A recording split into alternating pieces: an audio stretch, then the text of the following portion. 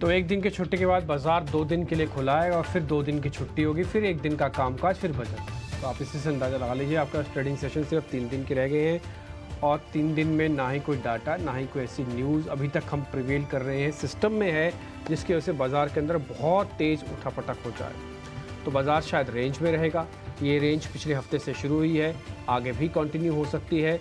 कुछ न्यूज़ जो है मार्केट के अंदर इधर उधर आ रही हैं, जैसे नेस्डेक की जो गिरावट है थोड़ी ध्यान देने वाली है। क्या आईटी में भी ऐसा हो सकता है? अगर वर्ल्ड की सबसे बड़ी कंपनीज़ के अंदर एक झटका लगता है और बाज़ार इतनी तेज़ी से टूटता है, तो क्या इंडियन कंपनीज़ के अंदर भी ऐसा कुछ है क्या? अभी तक ना ही उनके एडीआर से दिखा, ना ही ओवरऑल मार्केट के नंबर से दिख रहा है, यानी कि गिफ्ट निफ्टी से दिख रहा है। लेकिन फिर भी स्पेसिफिक रहिएगा, ये जो जर्क है ना मार्केट के अंदर, ये कभी भी आ सकते हैं। शैलो मार्केट्स है, बिना ओआई के बढ़ने और घटने वाला मार्केट है, बिना होल्डिंग्स के बढ़ने और घटने वाला मार्केट है, तो इसलिए जर्क के लिए प्रिपेयर रहिएगा।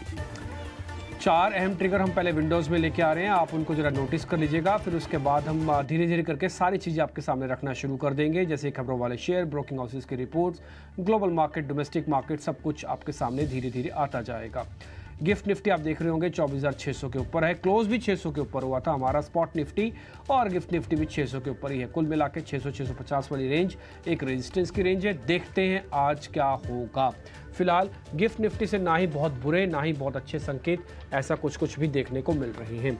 दूसरा पॉइंट है एशियन पेंट्स के कमज़ोर नंबर्स आए, एलटीएम एंट्री अनुमान के मुताबिक है। इन दोनों नंबर्स का अपने ही बेसिस पर अपने ही जॉनर के अंदर सिर्फ प्ले होगा। ये पूरे बाजार को हिलाने और डलाने वाले नंबर्स दोनों ही नहीं हैं जो हमने स्क्रीन पर डाले हैं। तीसरा है रिकॉर्ड ऊंचाई पर इस समय सोना है, मनापुरम मुथूट पर जेफरीज बुलिश है। देखिए पुरानी कहावत होती है कि अगर मार्केट्स भी हाई पे चल रहा और गोल्ड भी हाई पे चल रहा हो ना, तो गोल्ड ऊपर छूट जाता है, मार्केट्स नीचे आ जाते हैं। ये ऐसा पुराना कई बार बैक टेस्टिंग में देखा गया है। बट मैं ये नहीं कह रहा कि मार्केट नीचे आ जाएगा, बट मैं ये कह रहा हूँ कि मार्केट के ऊपर जाने के रूम थोड़े कम है। ये गोल्ड के प्राइजेस भी आपको थोड़ा नोटिस करवा रहा है। इसके अलावा इन्फोसिस, एल&टी टेक, परसिस्टेंट, टाटा कॉम, इनके सबके आज के नंबर्स हैं। नंबर्स हैवी डे है, कल भी नंबर्स हैवी डे रहेगा। इनफैक्ट मैं बोलूँगा जिस दिन बजट आ रहा होगा उस दिन भी नंबर हैवी डे है, लेकिन फिर भी बजट की खुमारी अगले 3 दिन तक शायद मार्केट पे रहेगी। इसलिए आप इस पर बी प्रिपेयर, बी अटेंटिव रहिएगा।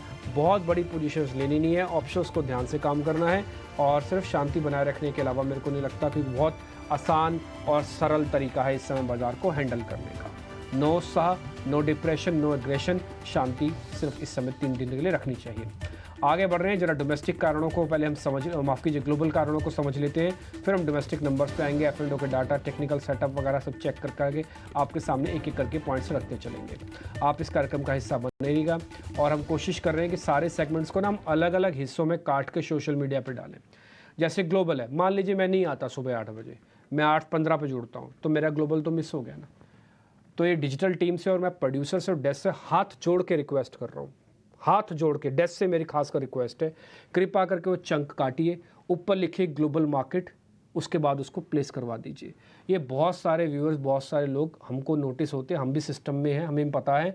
तो इसलिए मेरी रिक्वेस्ट है ये डिजिटल टीम से और ख़ासकर डेस्क से ग्लोबल मार्केट्स का एक बार ज़रा आकलन करवा लेते हैं अभिषेक से, उसके बाद फिर हम डोमेस्टिक मार्केट्स पे आ जाएंगे। अभिषेक जी गुड मॉर्निंग, ज़रा बताइए ग्लोबल मार्केट्स के बारे में। Dimpy good morning. Global market से बात करें तो संकेत जो हैं मिले जुले हैं। अगर आप नेस्डेक को देखेंगे तो वहां से बड़ी निराशा लगेगी, क्योंकि झटका लगा है एनवीडिया का। लगातार 3 दिन से शेयर गिर रहा है। $130 वाला शेयर हो गया $117 का, और कल की गिरावट काफी बड़ी रही है, $6% के आसपास की। और उसके चलते हमने देखा कि नेस्डेक में 2.25% की गिरावट। इस तरह गिरावट देखे हुए 500 अंकों से ज्यादा की कमजोरी देखे हुए काफी लंबा समय बीत गया है। अगर आपको आंकड़ों में बताएं तो 1 जुलाई के बाद नेस्डेक पहली बार 18,000 के नीचे बंद हुआ है, और दिसंबर 2022 के बाद नेस्डेक में ये सबसे बड़ी गिरावट है। हालांकि डाउ जोन्स की तेजी जारी है। अगर आप पिछले 6 दिन में देखेंगे तो 6 दिन में तकरीबन 1900 पॉइंट्स की रैली हो गई है डाउ जोन्स में। तो अलग चाल है। आईटी को आप अलग लेंस से देखिए, और डाउ जोन्स को, जिसमें कि इंडस्ट्रियल्स का वेटेज ज्यादा है, उसको थोड़े अलग लेंस से देखना पड़ेगा। पिछले 2 दिन में डाउ में करीब 1000 पॉइंट्स के आसपास की तेजी हो चुकी है। नतीजे सपोर्ट कर रहे हैं। यूनाइटेड हेल्थ में 4.5% के आसपास की तेजी रही। हालांकि अगर आप नेस्डेक को देखेंगे तो वहां के जो कंट्रीब्यूटर्स हैं, मेटा में करीब करीब 5.6% की गिरावट रही। नेटफ्लिक्स, माइक्रोसॉफ्ट ये शेयर भी 1% तक टूटे। इनवीडिया तो एक फैक्टर रहा ही रहा, क्योंकि ये सबसे बड़ी कंपनी हो मार्केट कैप के लिहाज से, तो उसका इंपैक्ट जो वेटेज वाला हमारे यहां खेल है वो वेटेज वाला खेल यूएस में भी होता है, और उसके चलते हमने नेस्डेक में 350 पॉइंट्स की बड़ी गिरावट। एप्पल में 2.5% के आसपास की गिरावट रही।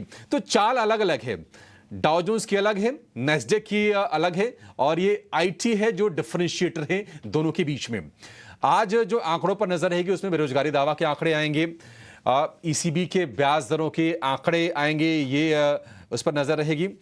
डॉलर इंडेक्स हम देख रहे हैं कि 4 महीने के निचले स्तर पर पहुंच गया है, 104 के नीचे है। बॉन्ड यील्ड में भी नरमी है। यूएस की जो 10 ईयर बॉन्ड यील्ड है 4.17% के आसपास है। लेकिन सोना रिकॉर्ड ऊंचाई पर है, तेजी लगातार हो रही है, और चमक सोना इसलिए रहा है क्योंकि कहीं ना कहीं यूएस फेड की ओर से ब्याज दरों में कटौती की उम्मीद है। इस महीने के आखिर में यूएस फेड की बैठक है, और मार्केट पार्टिसिपेंट्स, ब्रोकरेज कम्युनिटी ये मान के चल रही है कि एक कट इस बार ही आ जाएगा। अभी कुछ दिनों पहले मूडीज की रिपोर्ट भी आई थी, उन्होंने भी ये उम्मीद जताई थी कि 0.25% की कटौती इस महीने आ जाएगी। लेकिन क्रूड में हम थोड़ी सी तेजी देख रहे हैं, क्योंकि यूएस में जो क्रूड का भंडार है अनुमान से ज्यादा गिरा है, उसके चलते क्रूड में उछाल आया है। ब्रेंट का भाव है $85 के ऊपर। एशिया की बात करें, आप गिफ्ट निफ्टी को छोड़ दीजिए क्योंकि वहां पर तो थोड़ी थोड़ी तेजी हम देख रहे हैं, लेकिन बाकी जो बाजार हैं, कोरिया के बाजार, हांगकांग के बाजार या फिर जापान के बाजार, वहां पर फिलहाल हमें कमजोरी देखने को मिल रही है। तो मिक्स सेटअप है। गिफ्ट निफ्टी सपाट है, अमेरिकी बाजारों में मिलाजुला कारोबार है, क्रूड थोड़ा सा ऊपर है। ये तो रहा ग्लोबल बाजारों का हाल। अब जरा एफआईआईज का मूड समझते हैं कि उनकी लॉन्ग होल्डिंग क्या तस्वीर पेश कर रही है, और उसके अलावा आपको स्टेप बाय स्टेप निफ्टी को लेकर गाइड करेंगे। और अब की रणनीति खास इसलिए भी होने वाली है क्योंकि सिर्फ आज को अगर आप मिला दीजिए तो बजट से पहले सिर्फ 3 ट्रेडिंग सेशंस आपके लिए होंगे बजट के अराउंड प्लानिंग करने को लेकर, तो उस पर हम खास फोकस करेंगे। डिम्पी, पहले ये बताइए कि चूंकि एफआईआईज की कैश में तो हम देख रहे हैं कि बाइंग हो रही है, 3 दिन से लगातार बाइंग है। कल भी हमने मतलब परसों के सत्र में 1000 करोड़ से ऊपर की हमने बाइंग देखी है। लॉन्ग होल्डिंग 79% के आसपास थी, उसमें कितना बदलाव हुआ है? फ़र्क आया, उसमें 81% हो चुकी है वो करीब करीब। अगर आप देखें, वैसे देखा जाए तो कोई फ़र्क नहीं है, वैसे देखा जाए तो फ़र्क है। ये 81% की इंपॉर्टेंस इस लेवल से है क्योंकि 85 मैक्स है, 80 का हम शुरू करते हैं, 80 से 85 तक हम एक प्लान समझते हैं कि हाँ इसके अंदर ही मैक्सिमम एफआईआई जाएगा। एक और चीज़ अभी आप बता रहे हैं कि कैश में खरीदारी हुई है, 16 जुलाई का नंबर लिखा हुआ है 1271 का। आप एक पॉइंट तो ये देखिए 12, 13 और 16 जो भी नंबर्स आप 12, 15, 16 जो भी आपकी स्क्रीन पर दिख रहे हैं, इसमें घटते हुए क्रम में नंबर है कैश का, पहला पॉइंट। दूसरा पॉइंट, हैज हो रहा है। अगर मैं फिर से बोलूँगा, जरा ऑप्शंस का डाटा आप दिखाएं, वहाँ पे 19,000 करोड़ रुपए की ऑप्शंस के अंदर सेल भी हुआ है। तो आप 19,000 करोड़ बढ़ा है कि 1271 करोड़ रुपए बढ़ा है, पहले तो ये नोटिस होता है। दूसरा पॉइंट ये होता है कि ऑप्शंस के अंदर ट्रेड हमेशा से ज़्यादा होता है, ऑप्शंस हमेशा ज़्यादा ट्रेडिंग लेके आता है, तो ऑप्शंस के नंबर को इग्नोर नहीं किया जाए। जब ये नंबर करीब 15,000 करोड़ से ज़्यादा हो जाए, आप इसको इग्नोर ना कीजिएगा। दूसरा पॉइंट, कैश के अंदर जब खरीदारी हो और ऑप्शंस के अंदर सेलिंग हो, इसका मतलब सूखा सूखी सी वन लाइनर समझ लीजिए, ये हैज हो गया। अगर ऑप्शंस के अंदर भी सेलिंग हो और कैश के अंदर सेलिंग हो, समझ लेना थोड़ी अनवाइंडिंग हुई है। आप देखेंगे उस दिन एफआईआईज की होल्डिंग भी हल्की फुल्की घटेगी क्योंकि नेट में आ रहे हैं ना, ये नंबर नेट के नंबर है, ये प्लस और माइनस करने के बाद नेट निकल के आता है, उसके बाद है। इसका मतलब कहीं ना कहीं पुट बाय या कॉल राइटिंग ज़्यादा हुई होगी, तभी तो 19,000 करोड़ का नंबर माइनस में आया, पहला पॉइंट। दूसरा पॉइंट, डीआईएस के नंबर्स के अंदर किसी तरह का कोई चेंजेस नहीं है, उनकी पोजीशन जस की तस है, करीब 33% के आसपास है। और एफआईआईज की रिटेल की होल्डिंग में भी किसी तरह का कोई प्रॉब्लम नहीं है, 36-37% की होल्डिंग उनके पास है। इन तीनों का मतलब क्या है? इन तीनों का मतलब यह है कि इन तीनों ने भी अपना माल जितना भरना भर लिया, ये ना काट रहे हैं ना कुछ कर रहे हैं। आप देख रहे होंगे पिछले 3-4 दिन से बाजार वहीं का वहीं घूम रहा है। एक और पहचान भी होती है जहां से आप पकड़ सकते हैं कि माल भरा गया है कि नहीं भरा गया है, that is called open interest. उसको ओपन बास्केट्स कहते हैं कि उसके अंदर कितने बास्केट्स के अंदर कितने लोग आए हैं उसके अंदर, या कितने लोग गए हैं उसमें से। कोई लोग नहीं जा रहे। अगर सिर्फ निफ्टी का भी आप ओपन इंटरेस्ट दिखाएंगे, 1% भी नहीं है। और बैंक निफ्टी में तो बकायदा अनवाइंडिंग हुई है, घटा है उसका हुआ ही। तो ये चीज़ अपने आप में क्लियर है कि जो ओपन इंटरेस्ट नहीं है, 15 का विक्स नहीं है, 81 का एफआईआईज है, पुट कॉल रेशो 1.2 पे चल रही है। तो ये सारी चीज़ें, ये देखिए 0.55 का OI लिखा हुआ है सिर्फ, और बैंक निफ्टी में अनवाइंडिंग है -4 लिखा हुआ है OI। ये OI बड़ी इंपॉर्टेंट चीज़ होती है, इसके ऊपर तो बकायदा एक क्लास हो सकती है। बट एनी हाउ मैं आपको सिर्फ मोटे मोटे पॉइंट्स, वाइटल पॉइंट्स को चेक करके बता रहा हूँ कि इस समय बाज़ार की जो हालत है, जो स्थिति है, वो ये कहती है कि बाज़ार साइडवेज रहेगा, कोई बड़ी तेज़ी नहीं, कोई बड़ी मंदी नहीं आएगी। इसलिए अपने 3 दिन भी ख़राब ना कीजिए। मैं तो आपको पिछले हफ्ते से बता रहा हूँ, आप बजट स्पेसिफिक काम कीजिए, इंडाइसिस से कुछ नहीं मिलेगा आपको। और अगर आपने मेरी बात देखी है, समझी भी है, तो आप चेक करके देख लीजिए, आपके पास कुछ भी नहीं है। 100 पॉइंट के अलावा मेरे को नहीं लगता निफ्टी में मिले होंगे, और 200-300 पॉइंट बैंक निफ्टी के अलावा कुछ मिले होंगे। अब इतना तो हिलेगा ही बाजार, एकदम फिर फ्रीज तो होगा नहीं, 100-200 पॉइंट तो ऊपर नीचे होना ही है, स्वाभाविक है। लेकिन बड़ा मूव मार्केट के अंदर, इंडाइसिस के अंदर नहीं आएगा। एक और चीज़ मैं बोल देता हूँ यहाँ पे, जो है ना उसको संभालना सीखिए इस समय, ये बहुत ज़रूरी है। जो नहीं है उसको पाओ मत, जो है उसको संभालो। इस समय का सिनेरियो ये है। हाँ, ठीक है, ये बिल्कुल सही रणनीति है कि जो है उसको आप संभालिए। अच्छा, निफ्टी पे आ जाते हैं। डिब्बी वैसे अगर आंकड़ों के लिहाज से बात करें तो लगातार 3 दिनों के आसपास की तेज़ी हो गई है, और कहते हैं ना कि प्री बजट रैली तो हमने देख भी ली है, और रिकॉर्ड ऊंचाई के आसपास ही बाजार ट्रेड भी कर रहा है, 24,600 के ऊपर टिकने में मजबूती से कामयाब है। तो ज़रा ये भी बताइएगा कि क्या बजट के अराउंड, चूंकि कहते हैं कि होप्स पे ये बाइंग हो रही थी, थोड़ी सी कॉशियस रहने की भी ज़रूरत यहाँ पे है, और इस लेवल पर जो बजट सोचकर थोड़ा सा मार्केट में एंट्री करने की सोचते कि अच्छा ठीक है बजट आ गया है, अब कुछ दिन रह गए हैं, आइए थोड़ा सा बाजार में कुछ खेल करते हैं, उनके लिए क्या सलाह होगी? देखिए, मैं इसको 2 अक्षरों में डिवाइड कर देता हूँ। क्या बजट अच्छा आएगा कि बहुत अच्छा आएगा? अगर ये बहुत बहुत बहुत अच्छा आएगा, जिसको हम आउटस्टैंडिंग बजट कहते हैं, तो बाज़ार के पास रूम है चलने का। ये 25,000 तक भी ड्रैग करके ले जा सकता है। अगर बाज़ार के अंदर कहते हैं ये बजट अच्छा आएगा, तो बाज़ार ने इसको डिस्काउंट कर लिया। 60% 70% ये बजट डिस्काउंटेड है।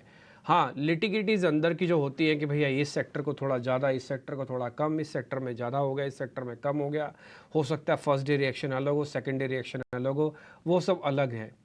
लेकिन बाज़ार में अगर आप मेरे से पूछेंगे, और मेरे से भी क्या पूछेंगे, मैं तो डाटा की बात बता रहा हूँ। डाटा के हिसाब से अगर आप चेक करेंगे तो आपके पास रूम कम है ऊपर चलने का।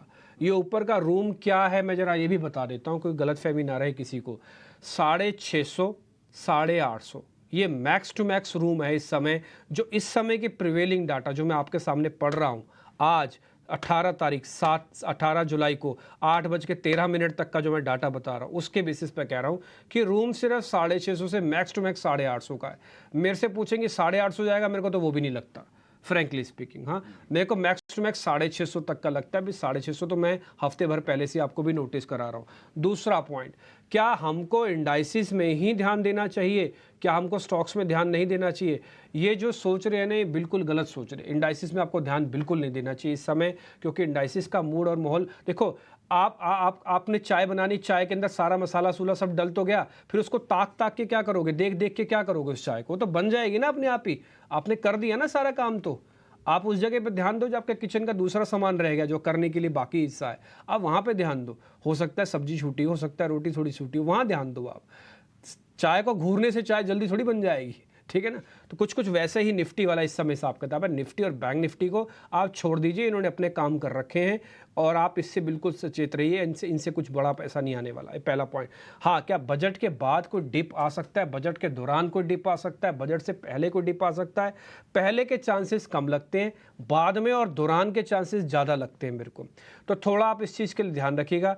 मैं फिर से आपको बताता हूँ, सीरीज इस बार 2 हिस्सों में बटी हुई है। बैंक निफ्टी के पास ज़्यादा समय है, निफ्टी के पास कम समय है, और बैंक निफ्टी ही ज़्यादा कमज़ोर है, ठीक है? तो आप इस चीज़ का ध्यान रखिएगा। हो सकता है बजट के बाद थोड़ी बहुत प्रॉफिट बुकिंग मार्केट के अंदर आ जाए, क्योंकि बहुत बहुत अच्छे बजट आने पर ही बाजार 25,000 लगाएगा, नहीं तो 25,000 उससे पहले के चांसेस थोड़े कम लगते हैं। नए वालों को बिल्कुल नहीं आना, मेरी तरफ से नए वालों को तो रिग्रेसली मना हो गया। पहले तो मैं कहता भी था कि रिस्क रिवॉर्ड है, अच्छा 200 पॉइंट नीचे आ जाए तो बाइंग ऑन डिप कर लेना। अब मैं नए वालों को बोलता हूँ बाइंग ऑन डिप भी मत करो, मेरी तरफ से वो भी खत्म हो गया।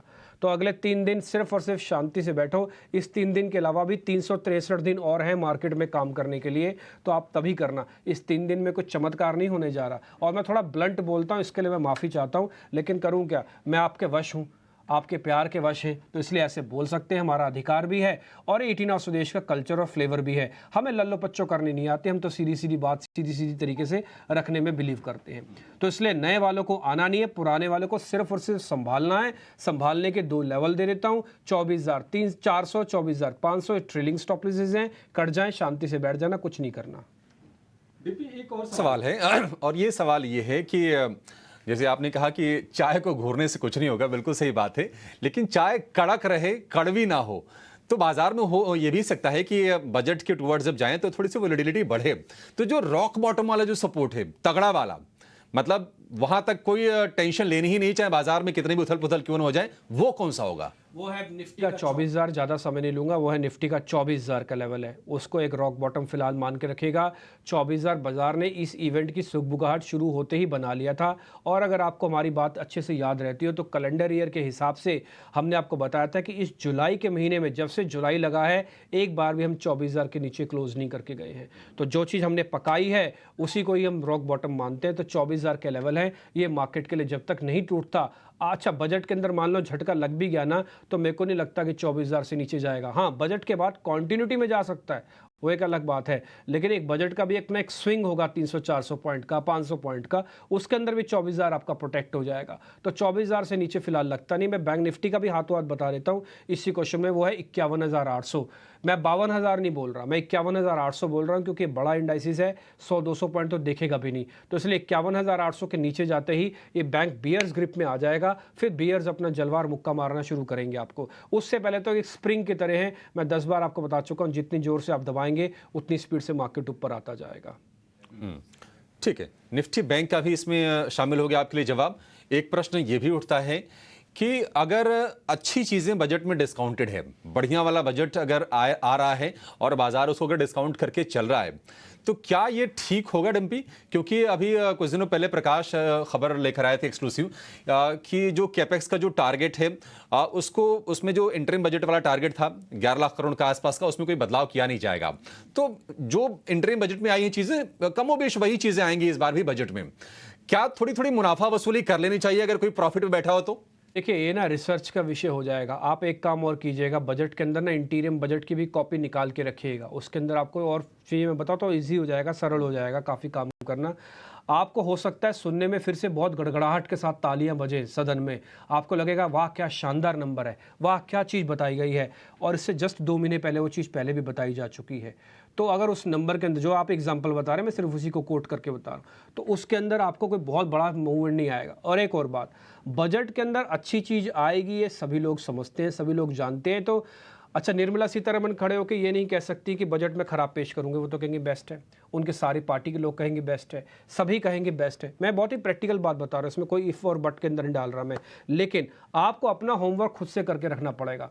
आपको ये बात देखनी पड़ेगी जितनी उम्मीदें जगाई गई हैं क्या उतनी उम्मीदों पर बजट आ रहा है। और दूसरी बात, बजट वाले दिन 18 स्वदेश पे इसलिए जुड़िएगा क्योंकि उस दिन हम ना मार्क्स के एक टैली चलाएंगे, 10 में से कितने मार्क्स देते हैं। अगर सभी ने 9 मार्क्स दिए ना तभी बाजार चलेगा, अगर किसी ने 8.5 दिए हैं, 8 दिए हैं, तो समझ लेना बाजार नहीं चलेगा। ये मैं आपको रफ कैलकुलेशंस करके बता रहा हूँ, अभी इन डेप्थ कैलकुलेशंस की अलग बात है। दूसरी बात, नेगेटिव खबर कहाँ से आएगी? नेगेटिव खबर सिर्फ इतनी ही हो सकती है कि भाई ठीक है, हमें जो एक्सपेक्टेड था उससे थोड़ा कम आया, या जो एक्सपर्ट्स कह रहे हैं, जो ब्रोकर्स कह रहे हैं, जो रिपोर्ट छापने वाले कह रहे हैं, वो थोड़ा कह रहे हैं। आप तो एक दिन में जज भी नहीं कर पाएंगे क्योंकि सारे मैक्रो नंबर्स होते हैं, उसको एक दिन में जज किया भी नहीं जा सकता, वो तो जब रिपोर्ट्स आएंगी तब पता लगेगा। इसलिए बजट वाले दिन और बजट के दिन के बाद के 2 दिन बड़े इंपॉर्टेंट है। इनफैक्ट मेरे से अगर पूछेंगे तो मैं बजट के दिन की इंपॉर्टेंस ही नहीं समझता मार्केट के हिसाब से, मेरे को बजट के बाद के दिन की इंपॉर्टेंस ज़्यादा समझ में आ रही है, क्योंकि उस दिन तो सब कुछ लाइमलाइट में रहने वाला है। तो ये मैंने आपके क्वेश्चन का जितना मैं जवाब दे सकता था उतना दिया। मैं बैंक निफ्टी का फटाफट से एक मोटा मोटी एनालिसिस करके आपके सामने डाल देता हूँ, फिर किरण दिवांग और अवनी भट्ट हमारी वेट कर रहे हैं। बैंक निफ्टी के अंदर आपको कुछ नहीं करना है, बैंक निफ्टी के अंदर भी शांति से बैठे रहिए। जैसे मैंने आपसे कहा कि स्प्रिंग की तरह मार्केट है, जितना नीचे दबाएंगे उतना ऊपर आएगा। 52,000 के नीचे जाते ही ये बाजार धीरे धीरे करके गिरफ्त में जा देगा बियर्स की। मैंने एक वर्ड इस्तेमाल किया, गिरफ्त में जाएगा, गया नहीं है, ये पहले भी जा चुका है 52,000 के नीचे, लेकिन फिर से गिरफ्त से बाहर निकल के आया हुआ है। इसलिए 52,000 से शुरुआत होती है 51,800 तक, 51,800 गया तो फिर बाजार में बियर्स अपना काम करना शुरू कर देंगे। फिर होगा क्या, फिर बियर्स आए ना आए, बुल्स का कॉन्फिडेंस टूटना शुरू हो जाएगा मार्केट के अंदर। वही अपने आप में एक सिर्फ पैनिक करने वाले के लिए बहुत हो जाएगा। दूसरा पॉइंट, बाजार अगर चल जाता है यानी कि बैंक निफ्टी चल जाता है तो 52,800 53,000 से ऊपर के चांसेस ज़्यादा नहीं लगते। मेरे को बजट से पहले 53,000 के लेवल या 53,000 के ऊपर आ जाए मार्केट, इसके चांसेस नहीं लगते। और बजट के दौरान भी मेरे को नहीं लगता कि 53,000 के ऊपर आके हम ट्रेड करेंगे। तो फिलहाल आप अपने डाटा एनालिसिस को अपने वित्तीय सलाहकारों के साथ भी कीजिएगा। मैं फिर से बताता हूँ, कई बार यूफोरिया और डाटा में फ़र्क होता है। हम यूफोरिया में बह जाते हैं, नंबर्स को छोड़ देते हैं। अंत और पंत नंबर और फैक्चुअल डाटा ही जीतेगा, यूफोरिया को हारना ही होगा, क्योंकि वो तो आर्टिफिशियल राइज और आर्टिफिशियल फॉल हो जाता है। At the very last practical numbers ही आपके काम आने जा रहे हैं। और निफ्टी और बैंक निफ्टी का शॉर्ट नहीं करना। अगर ये क्वेश्चन थे तो मैंने इसको पूर्ण विराम लगा दिया, इनको भी शॉर्ट करना ही नहीं है। किरण जानी, देवांग शाह, अवनी भट्ट, तीनों मेहमान मेरे साथ जुड़ चुके हैं। आप तीनों का बहुत बहुत शुक्रिया, थैंक यू वेरी मच। मैं समझ सकता हूँ एक दिन की छुट्टी के बाद फिर 2 दिन काम करें, फिर 2 दिन की छुट्टी दिमाग में रखें तो थोड़ा मुश्किल होता है। कई लोग थोड़ा इसको एक्सटेंडेड वीकेंड भी लगा देते हैं, सैटरडे संडे बीच में डाल दिया, फिर 2 दिन की छुट्टी और लगाओ, लंबे चले जाओ घूमने। बट फिर भी आप तीनों आए, आप अपना कीमती समय निकालते हैं, अलग अलग ब्रोकिंग हाउसेस से हैं। मैं फिर से डिस्क्लोजर दे दूं, कोई फाइनेंशियल टाइप्स हमारे नहीं है। ये सिर्फ और सिर्फ अपनी मेहनत से, अपने इंटेलिजेंस को देखने के लिए, रखने के लिए हमारे सामने आते हैं और हम भी इनका भरपूर फ़ायदा उठाते हैं। अवनी बहुत शुक्रिया, thank you very much. Kiran ji आपका भी शुक्रिया, देवांग भाई आपका भी शुक्रिया। अवनी आपसे शुरू करें। हमें जितना समझ में आया हमने निफ्टी और बैंक निफ्टी के बारे में बोल दिया। अगर आपको कुछ और ऐड करना है, घटाना बटाना है, हम कहीं गलत हैं तो वो भी बता दीजिए। गुड मॉर्निंग डिम्पी जी, अभिषेक जी, सारे पैनलिस्ट और सारे व्यूवर्स को भी वेरी गुड मॉर्निंग। बिल्कुल आपने जो चाय की बात की है, मेरा मानना है कि बारिश के मौसम में चाय पीने में मजा आता है, सिर्फ देखने में मजा नहीं आता है। तो इसको लेकर के मेरा मानना है कि हमें एक प्रॉफिट बुकिंग मोड पे आ जाना चाहिए। निफ्टी के लिए ऊपर 24,700 से 750 का जो रेंज है वो बहुत ही क्रूशियल रेजिस्टेंस जोन है और वहां पे हमें काफी हलन चलन दिखेगी, जिटरीनेस दिखेगी। उसके ऊपर निकलना बहुत मुश्किल है। तो मेरे हिसाब से वहां पे प्रॉफिट बुकिंग मोड पे आ जाना चाहिए। शॉर्ट्स नहीं करने हैं, लेकिन एक बार हमें प्रॉफिट ले लेना चाहिए, कैश में आ जाना चाहिए एंड इंडेक्स को छोड़ देना चाहिए। यहाँ से हमें स्टॉक स्पेसिफिक अप्रोच रखना चाहिए बजट के लिए। एंड इवन स्टॉक्स में भी जहां जहां भी हमें प्रॉफिट अच्छा नजर आ रहा है वहां पे बुक करते रहना चाहिए, एनकैश करना चाहिए। तो मेरा मानना है कि अभी यहाँ से फ्रेश खरीदारी छोड़ देनी चाहिए और शॉर्ट्स अभी नहीं करना है, क्योंकि निफ्टी में ऑल्दो बहुत ओवरबॉट भी दिख रहा है, इवन आरएसआई भी 80 के ऊपर है, बट अभी भी कोई कमजोरी के लक्षण नहीं है, कोई सेलिंग के ट्रिगर्स हुए नहीं है। तो बस एक प्रॉफिट बुकिंग करना है और साइड लाइन पे हो जाना चाहिए।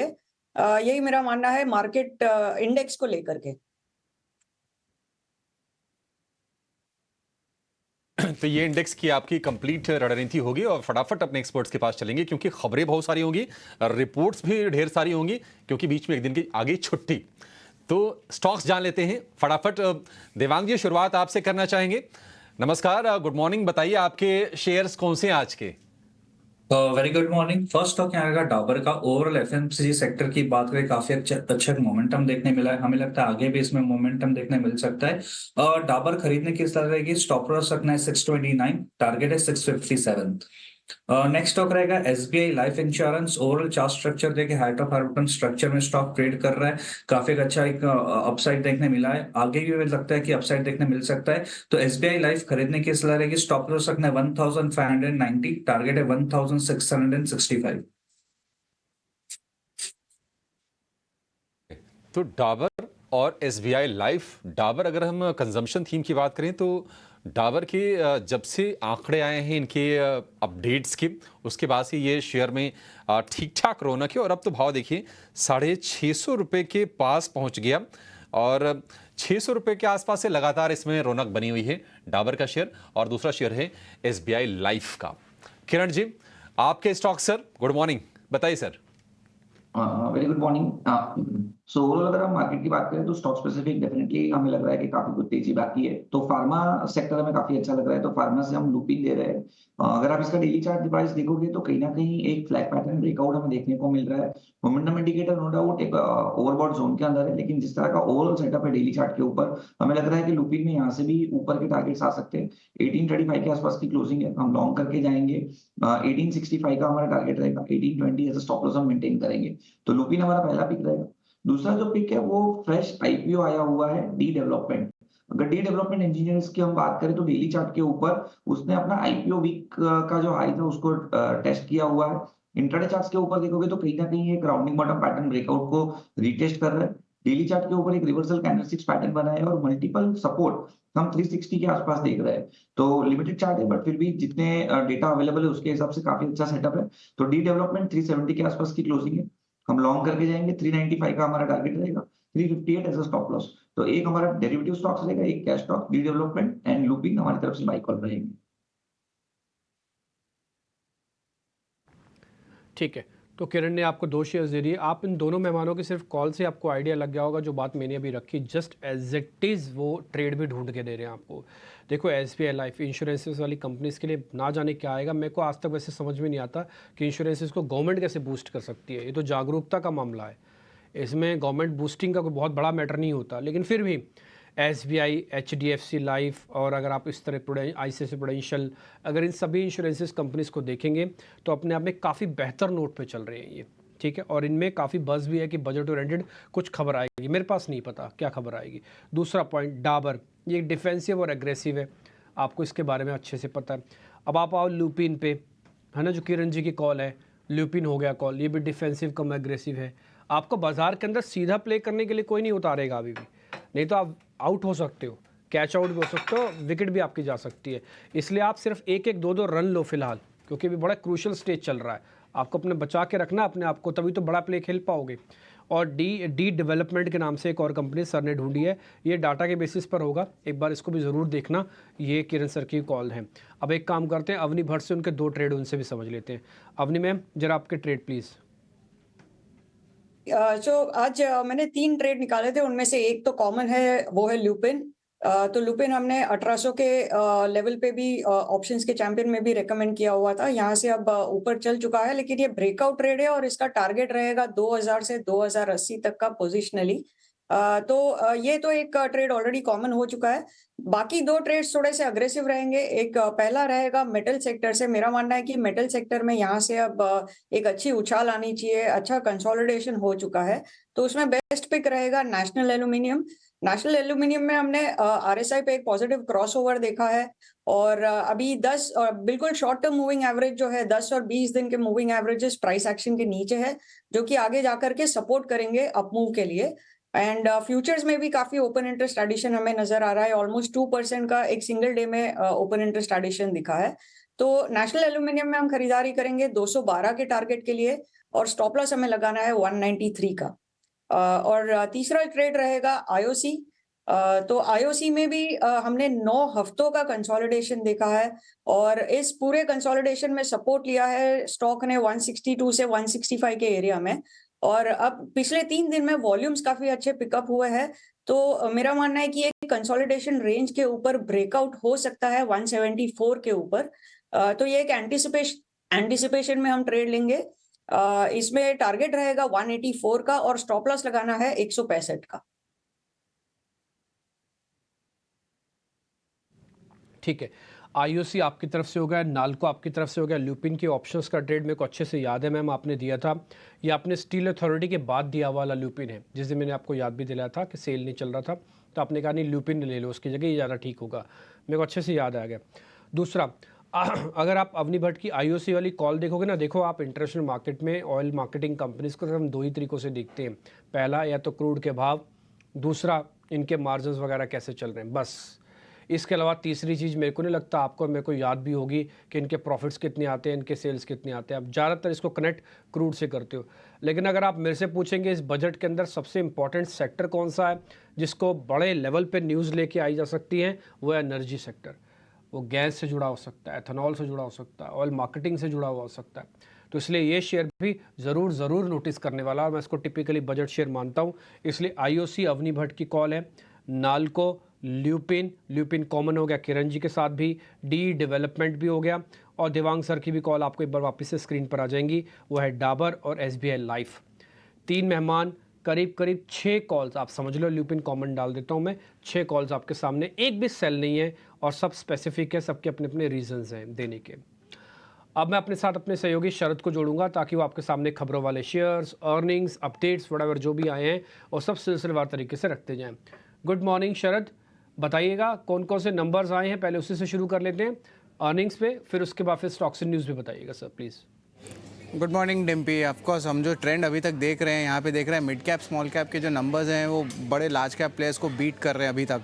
एशियन पेंट्स की बात करें तो वीक सेट ऑफ नंबर्स आए हैं यहाँ पे। Overall decorative business volume growth है वो 7% ही ग्रो किया, और कंपनी ने अपनी कॉन कॉल में एक अहम बात कह दी है कि आगे जाते हुए भी वो प्राइस हाइक्स ले सकते हैं। लास्ट वीक उन्होंने मतलब आप कह सकते हैं 5 से 6 क्वार्टर बाद जो है प्राइस हाइक भी लिया था, तो थोड़ी पेंट स्टॉक्स में तेज़ी आई थी। And of course largely paint stocks जो है म्यूटेड रह सकते इस बार रिजल्ट्स, बिकॉज 2 अहम रीज़न, एक तो हीट वेव का भी कारण था, दूसरा इलेक्शंस था, तो ज़्यादा जो है काम नहीं हुआ है। LTI माइंड्राई की बात करें तो mix to strong set of numbers आए हैं। CC रेवेन्यू ग्रोथ 2.6% का था।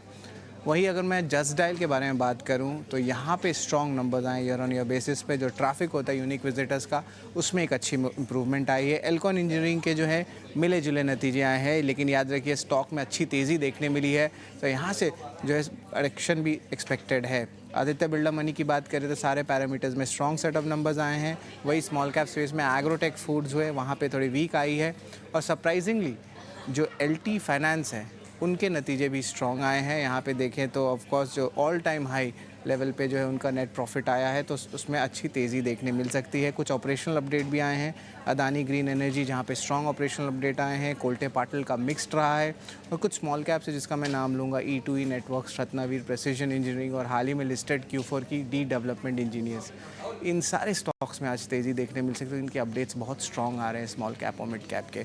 लेकिन ये तो पूरी अपडेट्स हुई, लेकिन बहुत सारे खबरों वाले शेयर्स भी हैं जिस पे फोकस पे रहेगा, और उसको बताने के लिए हमसे जुड़ेंगी आशीषा।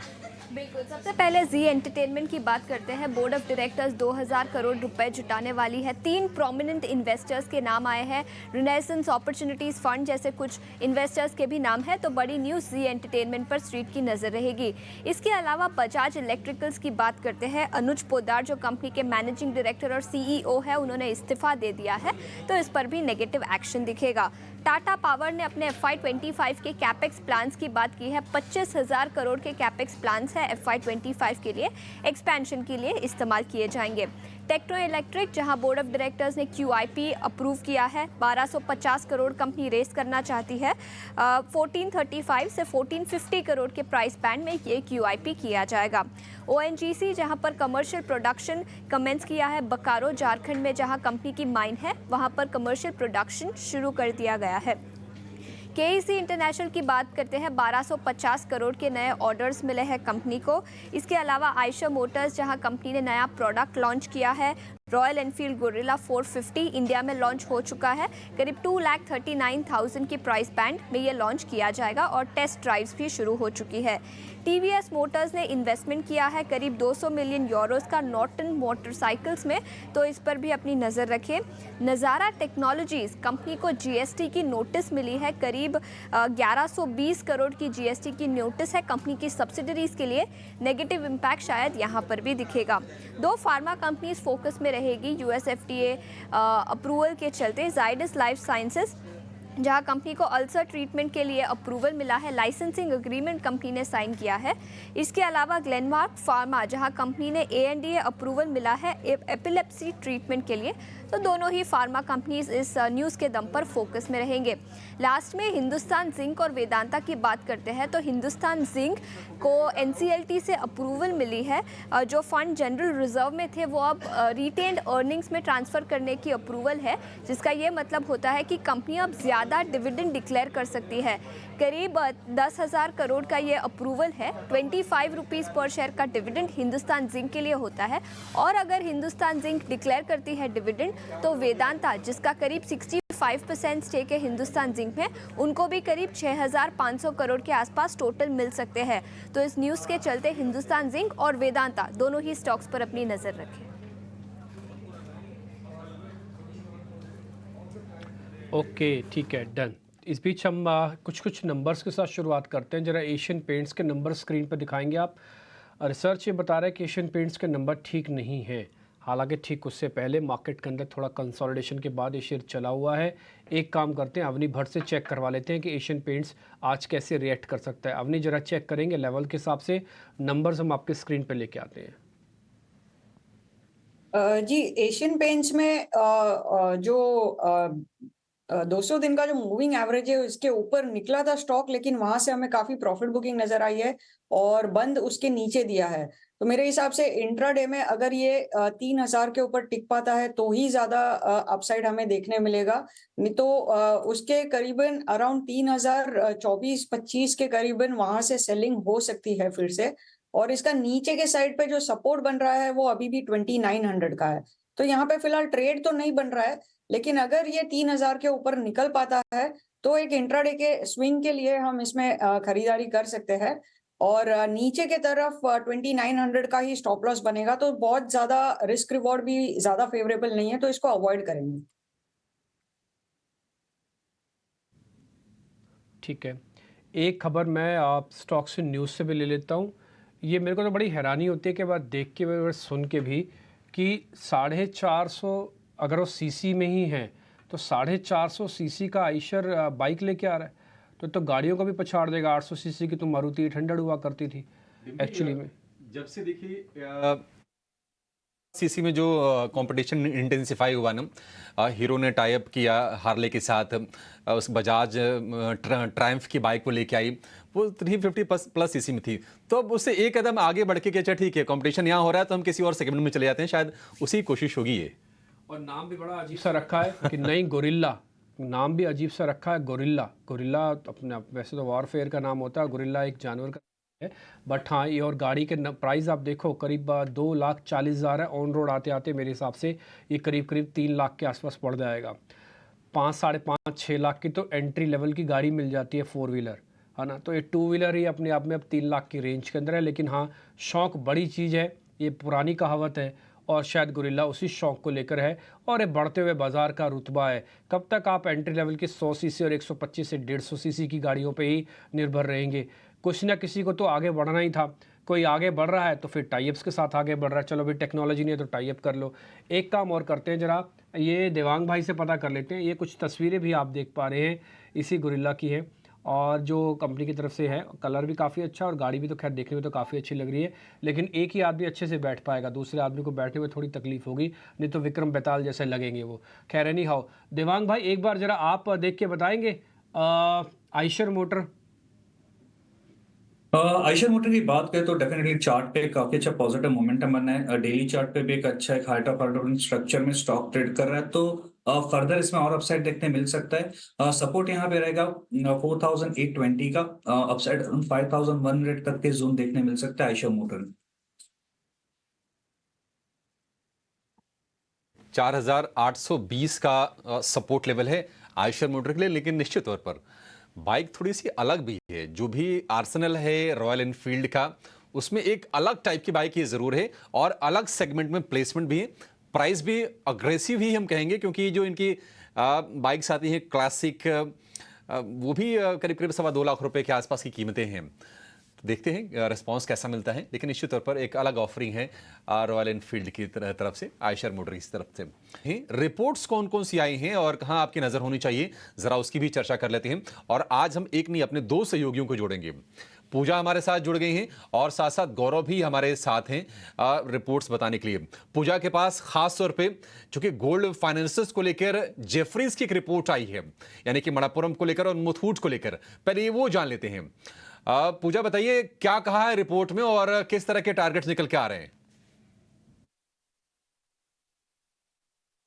जी, आज गोल्ड फाइनेंस कंपनियां फोकस में रहेंगी। मणप्पुरम, मुथूट जैसी कंपनियों पर आप नज़र रखिए। यहाँ पर जेफरीज की कुछ पॉजिटिव रिपोर्ट्स आ रही हैं।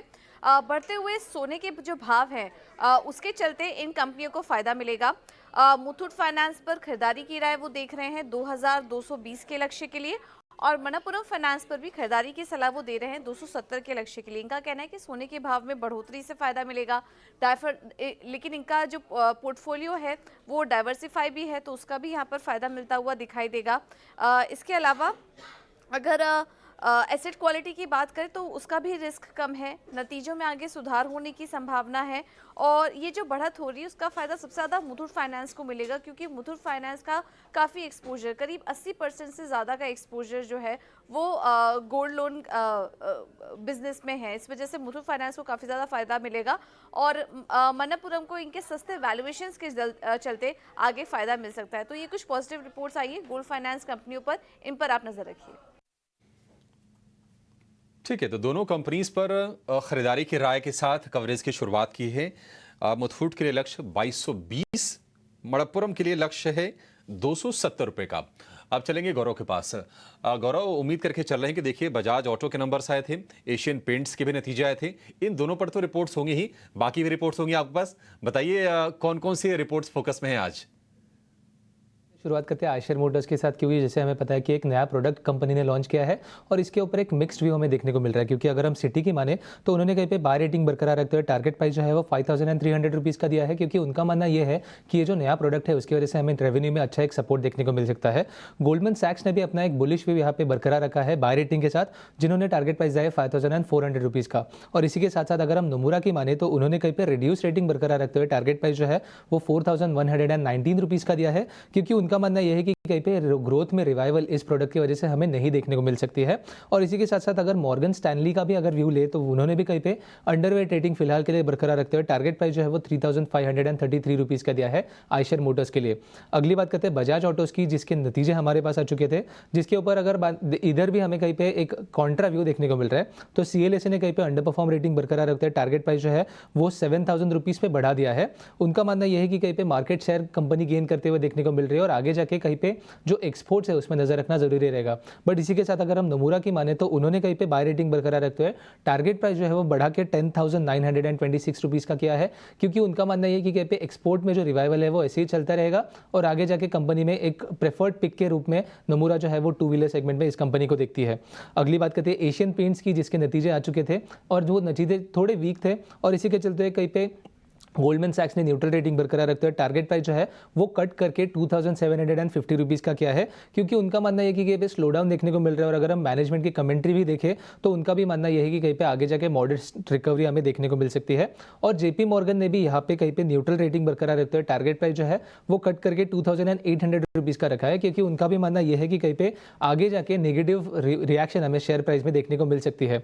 और आखिर में बात करते हैं LTI माइंट्री की, जिसके नतीजे काफ़ी अच्छे थे, और इसी के चलते जेफरीज ने यहाँ पे पे अंडर रेटिंग तो अंडर परफॉर्म रेटिंग जो है वो बरकरार तो रखा है, बट टारगेट प्राइस 4920 रुपीज़ का दिया है, क्योंकि उनका मानना यह है कि कहीं पे जो रिवाइवल है वो देखने को मिल रहा है कंपनी में, और आउटलुक भी अच्छा सुधरते हुए देखने को मिल रहा है। अगर हम इन्वेस्टेक के भी माने तो उन्होंने भी यहाँ पे सेल रेटिंग तो बरकरार रखा है, बट टारगेट प्राइस जो है वो बढ़ा के 5370 रुपीज़ का किया है, क्योंकि उनका भी मानना यह है कि कहीं पे आगे जाके रेवेन्यू ग्रोथ जो है वो एक मीनिंगफुल शेप में हमें देखने को मिल सकता है। तो ब्रोकरेज की तरफ से यहाँ पे एक कॉन्ट्रा व्यू और एक स्ट्रॉन्ग व्यू हमें इन सब कंपनीज पे देखने को मिला था, तो आगे जाकर भी इन सब कंपनीज पे नजर रखना काफी इंपॉर्टेंट रहेगा।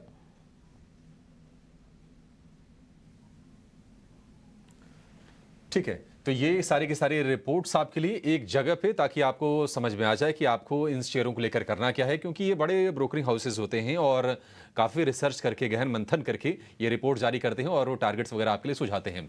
दो और एक्सपोर्ट को जोड़ लेते हैं। रत्नेश गोयल हमारे साथ है और मयूरेश जोशी हमारे साथ जुड़ गए हैं। आप दोनों का बहुत शुक्रिया। रत्नेश जी, शुरुआत आपसे करेंगे और फटाफट बता दीजिए कि आपकी आज की ट्रेडिंग कॉल्स कौन सी हैं।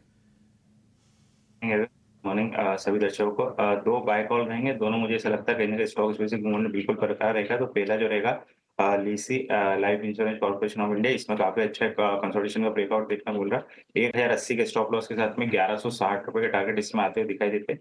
दूसरा जो रहेगा वो जेगल में भी काफी अच्छा फॉर्मेशन बनता हुआ दिखाई देख रहा है बहुत टाइम बाद। तो 315 रुपए के स्टॉप लॉस है, 345 रुपए के टारगेट यहाँ पे आते हुए देख सकते हैं।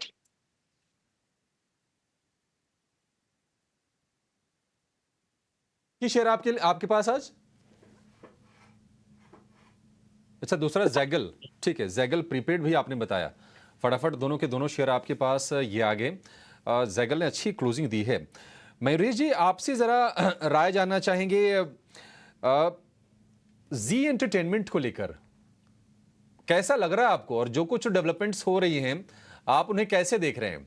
हालांकि सीएलएसए की रिपोर्ट भी है, लक्ष्य भी है 150 रुपए का। Very good morning. I think it's largely news driven at this point of time, और कहां से कैसी न्यूज आती है, वेदर इट्स एडवर्स और बेनिफिशियल, ये देखना पड़ेगा। हाउएवर, आई थिंक जितनी स्टॉक पे गिरावट हो चुकी है in the last few weeks, I think it is gestating for the worst in terms of the news flow. But देखना पड़ेगा in terms of the varied news flow that keeps on coming through. तो wait and watch mode है, news आने दीजिए, we probably react once of the news flow is probably done.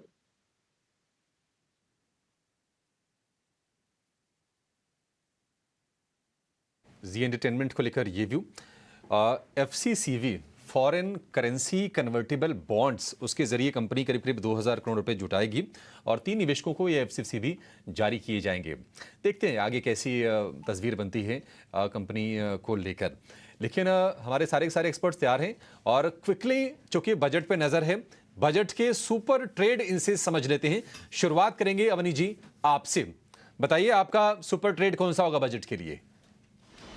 कि मेरा trade रहेगा LIC housing finance में। तो मेरा मानना है कि बजट में हाउसिंग फाइनेंस कंपनीज के लिए एक अच्छी अनाउंसमेंट होनी चाहिए।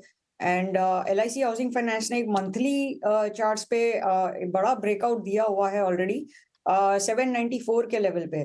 तो इस स्टॉक को हम थोड़ा डिप्स में खरीदेंगे, अभी इसी लेवल से खरीदेंगे, और थोड़ा अगर डिप मिलता है 795 तक तो वहां पे और ऐड कर सकते हैं।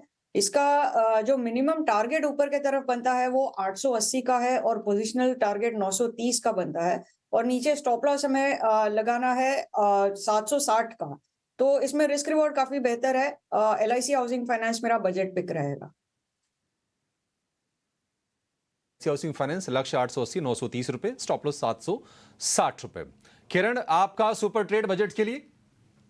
सो ओवरऑल अगर हम बजट की बात करें तो कहीं ना कहीं गेमिंग के ऊपर कुछ ना कुछ एक्सपेक्टेड है कि पॉजिटिव है, तो चीजें आ सकती है। सो डेल्टा को हमें काफी अच्छा लग रहा है। डेल्टा को अगर आप देखोगे तो उसमें जिस तरह से डेली चार्ट प्राइस के ऊपर आप देखोगे तो काफी लंबे समय से 200 दिन की मूविंग एवरेज के नीचे था, अब कहीं ना कहीं 200 दिन की मूविंग एवरेज के ऊपर सस्टेन हुआ है। आप देखोगे तो inverted head and shoulder pattern breakout भी देखने को मिल रहा है, मोमेंटम इंडिकेटर भी बुलिश जोन के अंदर है। तो कहीं ना कहीं एक अच्छा खासा सेटअप है, रिस्क रिवॉर्ड रेशियो फेवरेबल है, तो मेरे हिसाब से यहाँ पे लॉन्ग करके जाना चाहिए। जिस तरह से चार्ट पैटर्न हमें देखने को मिल रहा है, 132 का स्टॉप लॉस मेंटेन कीजिए और 170 का टारगेट है। अगर 132 ब्रेक नहीं होता है तो आने वाले समय में हम 200 तक के भी टारगेट देख सकते हैं। तो एज ऑफ नाउ 170 की टारगेट जो एक गैप है उसको लेके चलते हैं हम। जैसे ही 172 क्रॉस होगा 200 तक के भी टारगेट एक्सपेक्ट कर सकते हैं। तो डेल्टा को हमारा बजट पिक रहेगा। डेल्टा कॉप 143 रुपए का भाव है, लक्ष्य 170 रुपए, स्टॉप लॉस 132 रुपए का अग्रेसिव टारगेट है। देखते हैं बजट में गेमिंग को लेकर वित्त मंत्री क्या ऐलान करती हैं। देवांग, आपका बजट का सुपर ट्रेड क्या है? पावर सेक्टर में रहेगा। ओवरऑल चार्ट स्ट्रक्चर NTPC के लिए देखेंगे तो ओवरऑल चार्ट स्ट्रक्चर काफी पॉजिटिव स्ट्रक्चर बना हुआ है, तो NTPC खरीदने के साथ रहेगी। स्टॉप लॉस रखना है 369, टारगेट है 397। ठीक है, 370 रुपए के आसपास का स्टॉप लॉस आपको लगाना है। 380 रुपए का भाव चल रहा है। 17 रुपए ऊपर के लक्ष्य आपके लिए इसमें मिल जाएंगे। ठीक है, रत्नेश जी आप भी बता दिए सर, आपकी तरफ से कौन सा एक एडिशनल शेयर है जो खास तौर से बजट के लिए है? मुझे ऐसा लगता है कुछ ना कुछ वेस्ट मैनेजमेंट या वाटर मैनेजमेंट से रिलेटेड कुछ थीम पे काम ध्यान देना चाहिए, उस पर कुछ अनाउंसमेंट हो सकता है। तो एंटनी वेस्ट में मुझे काफी अच्छा यहाँ पे दिखाई देता है, फॉर्मेशन भी 560 रुपए का स्टॉप लॉस लाएगा, 750 रुपए तक के टारगेट मुझे आते हुए दिखाई देते हैं। तौर पर ये जो सेगमेंट है ना, ये फोकस में रहेगा भी, और डिम्पी ने इसको हाईलाइट भी किया था पहले कि आप इन पे नजर रख के चलिए। एंटनी वेस्ट हैंडलिंग वैसे भी ये शेयर ठीक ठाक रफ्तार से चलता हुआ दिखाई दिया है। हाल फिलहाल 620 रुपए का भाव है, 750 रुपए का लक्ष्य, मतलब बड़ा टारगेट है। 560 रुपए का स्टॉप लॉस भी थोड़ा सा डीप है। तो ये रत्नेश जी की तरफ से हो गया। मयूरेश जी, आप ट्रेड तो सर नहीं देंगे, लेकिन बजट पे नजर तो आपकी भी होगी। और बताइए, कोई शेयर आप रिकमेंड करना चाहेंगे स्पेशली फॉर द बजट? मुझे लगता है इंफ्रा मैन्युफैक्चरिंग पे अभी भी जो केपेक्स स्पेंड है वो बरकरार रहेगा। और इसको मद्देनजर हमें मार्केट्स इंडिया पेन्नार इंडस्ट्रीज काफी ठीक ठाक लग रहा है। अगर पुल बैक्स मिलते हैं स्टॉक पे तो लंबे समय के लिए निवेशक जरूर स्टॉक को देख सकते हैं। दो तीन चीजें, एक इनकी जो इंजीनियरिंग डिवीजन है, रेलवेज इंफ्रास्ट्रक्चर को जो केटर करती है, that is doing very well. In fact इनके जो एबिट मार्जिन होते हैं ये काफी ठीक ठाक है। दूसरा, इनका जो प्री इंजीनियर्ड बिल्डिंग्स का डिवीजन है, वो डोमेस्टिक ऑर्डर बुक और इनका जो एसेट यूएस ऑर्डर बुक है वो काफी तगड़ा है। और इसकी वजह से आई थिंक जो नंबर्स आए थे FY24 में, ऑल टाइम हाई पे टर्नओवर आया था, revenue was at all time high, EBITDA margins में एक अच्छा खासा एक्सपेंशन देखने मिला था और बॉटम लाइन ग्रोथ भी अच्छी खासी रही थी। इनफैक्ट मैनेजमेंट का कहना ये है कि अगले 12 से 18 महीनों में जो ओवरऑल एबिट मार्जिन है जो 5.5% के आसपास है, ये 7 से 7.5% तक जा सकते हैं, which mean they are very very optimistic in terms of growth on all aspects and across both their business divisions. तो अगर ये होता है तो आई थिंक जो डबल डिजिट ग्रोथ की हम उम्मीद कर रहे हैं, along with very stable margins and a very healthy balance sheet, जो नया प्लांट इन्होंने इनॉग्रेट किया है 2 हफ्ते पहले प्री इंजीनियरिंग बिल्डिंग का, I think that will also contribute significantly. हालांकि यूटिलाइजेशन लेवल और डेप्रिसिएशन थोड़ा हायर होगा, लेकिन अगर आप कैश फ्लोज देखेंगे तो ठीक ठाक रहना चाहिए अगले 1 से 2 वर्ष में। तो हमें लगता है कि पेन्नार एक अच्छा विकल्प हो सकता है। एक बहुत क्लियर डिस्क्लेमर, इस स्टॉक मेरे पर्सनल होल्डिंग में नहीं है, क्लाइंट्स को रिसर्च नोट द्वारा दिया गया, क्लाइंट्स के फंड्स की होल्डिंग हो सकती है।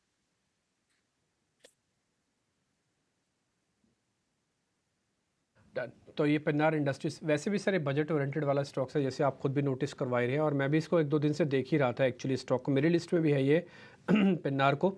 और पेन्नार इंडस्ट्रीज़ के बारे में बता दें, ये थोड़ा सोलर वोलर में भी अच्छा बढ़िया काम करने लग गए हैं अभी, जो मेरे पास खबर है। हाँ, अब आगे बढ़ते हैं। मैंने कुछ एक शेयर्स आपके लिए निकाले हैं जो टिपिकली ब्रेकआउट कैंडिडेट्स हैं, ताकि उनका एक अच्छा मोमेंटो आपको मिल जाएगा। पहला शेयर आपकी स्क्रीन पर आ गया, उस शेयर का नाम है पिरामिल एंटरप्राइजेज।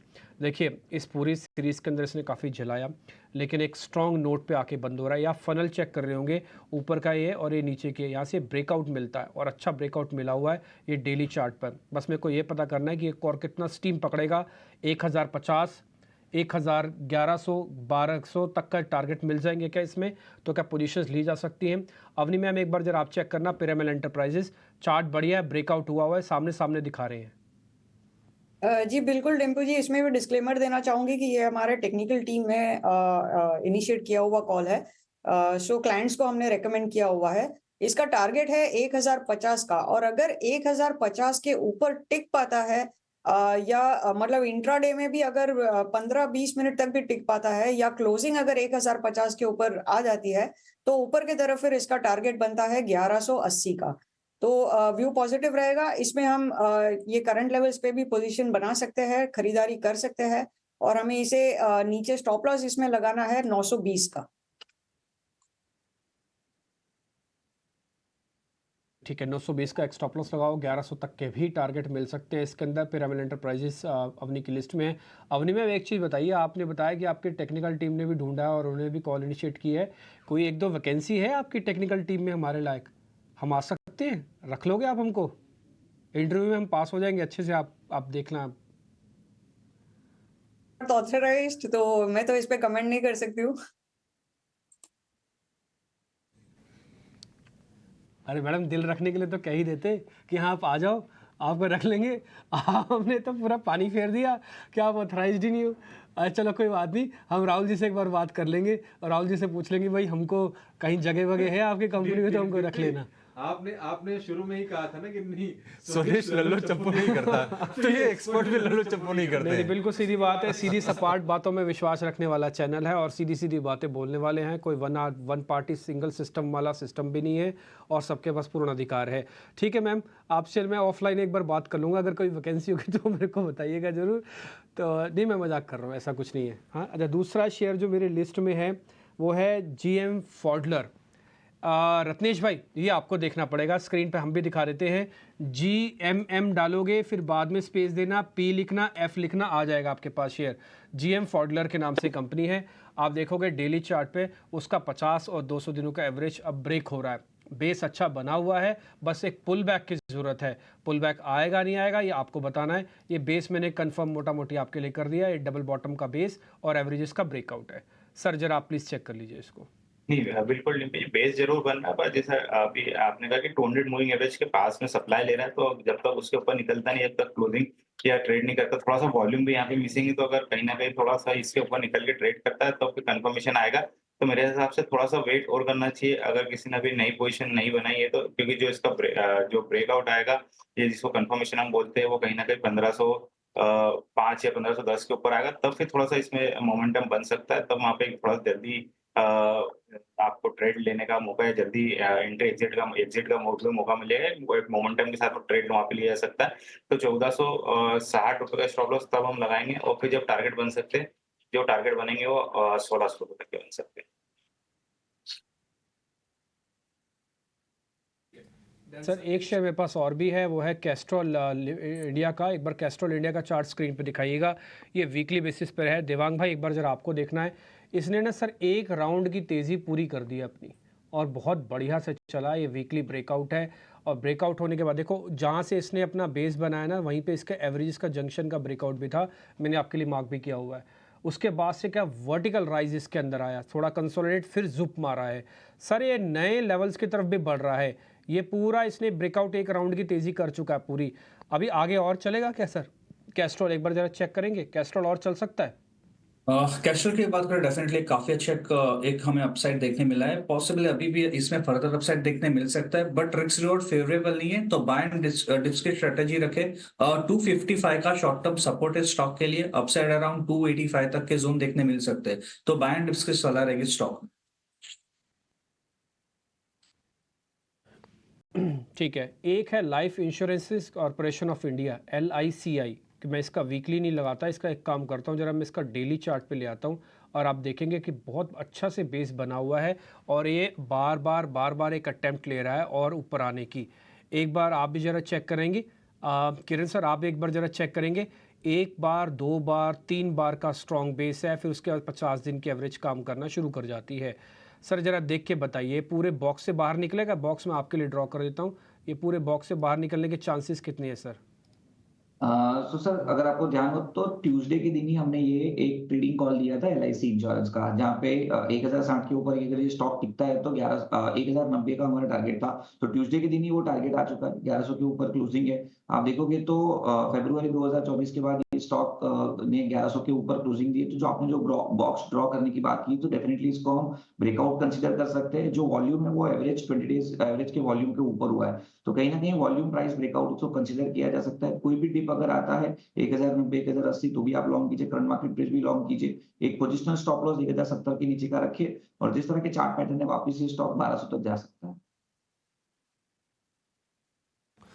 ठीक है, 1200 रुपये तक जा सकता है। LIC हमने देखा था कि 1000 रुपये के नीचे स्लिप किया, फिर वहां से तगड़ी इसमें बाइंग आई, और आप देखिए 1120 रुपये का भाव फिर से LIC में आप देख रहे हैं, तो बढ़िया तेजी शेयर में हो रही है।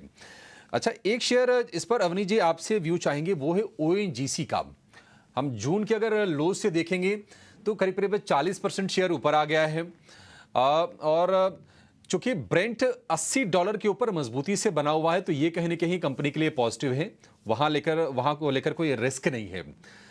एक खबर भी आई है कि बोकारो के कोल बेड मीथेन ब्लॉक में इन्होंने प्रोडक्शन शुरू किया है, और FY25 तक प्रोडक्शन करीब करीब 77% बढ़ सकता है। ONGC के लिए ये खबर भी है। लगातार तेजी है। चार्ट्स कैसे दिख रहे हैं अवनी जी, और टारगेट्स 350 के कब तक आएंगे इसमें?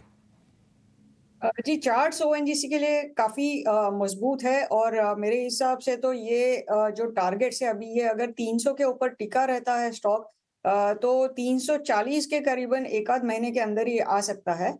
और लेकिन यहाँ पे फ्रेश खरीदारी की राय नहीं रहेगी। अगर डिप्स में मिलता है नीचे 300 से 305 के बीच में, तो इसमें खरीदारी करेंगे।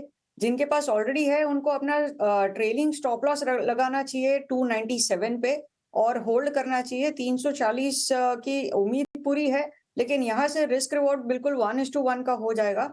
तो डिप्स के लिए वेट करें अगर फ्रेश खरीदारी करनी है तो। गिरावट पर ही आपको खरीदारी करनी है, ये आप ध्यान रखिएगा।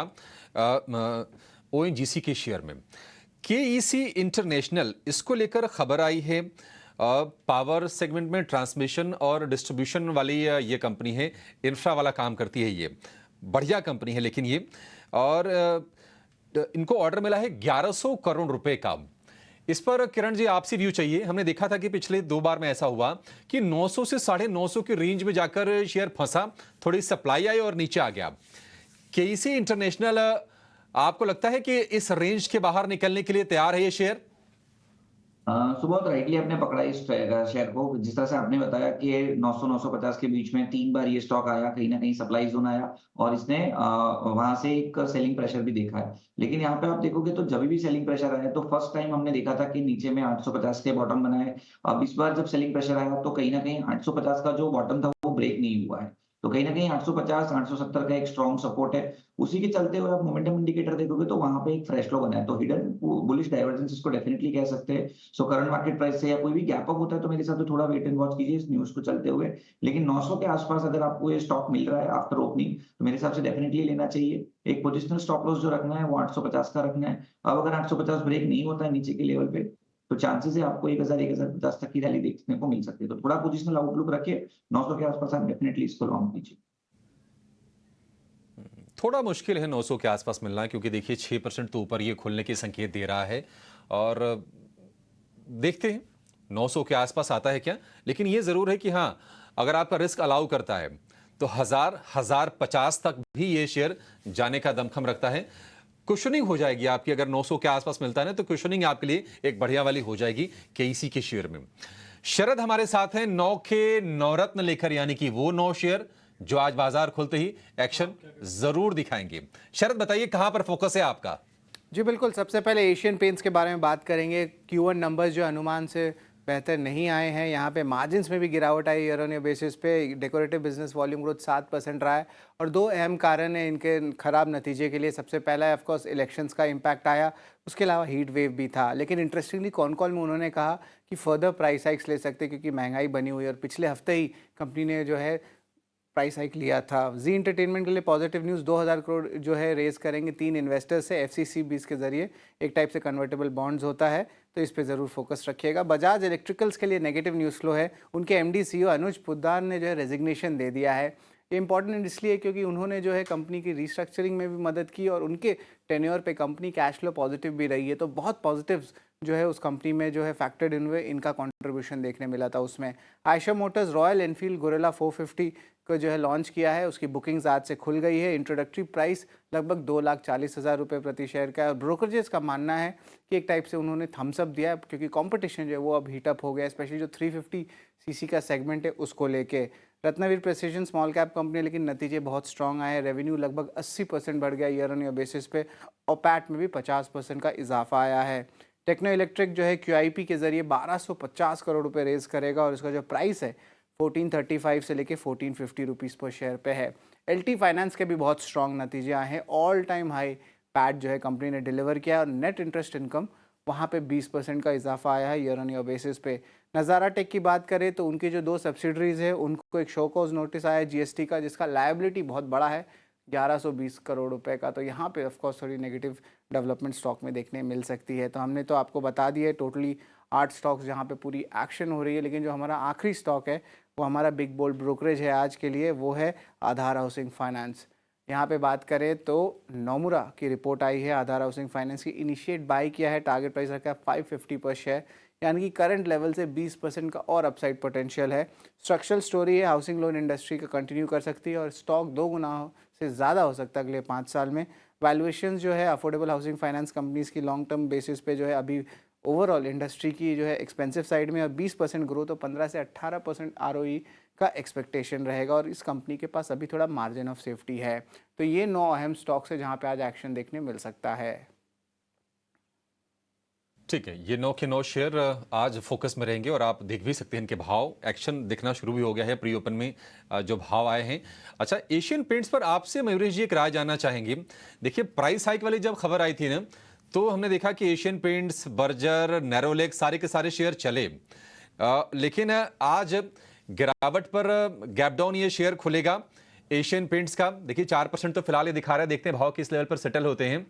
इसको बाय ऑन डिप्स करना है क्या मयूरेश जी? क्योंकि देखिए यहां से अगर मानसून अगर थोड़ा सा जब कमजोर पड़ेगा, वीकेंड होगा, फिर वहां से डिमांड निकल के आती है पेंट कंपनीज के लिए।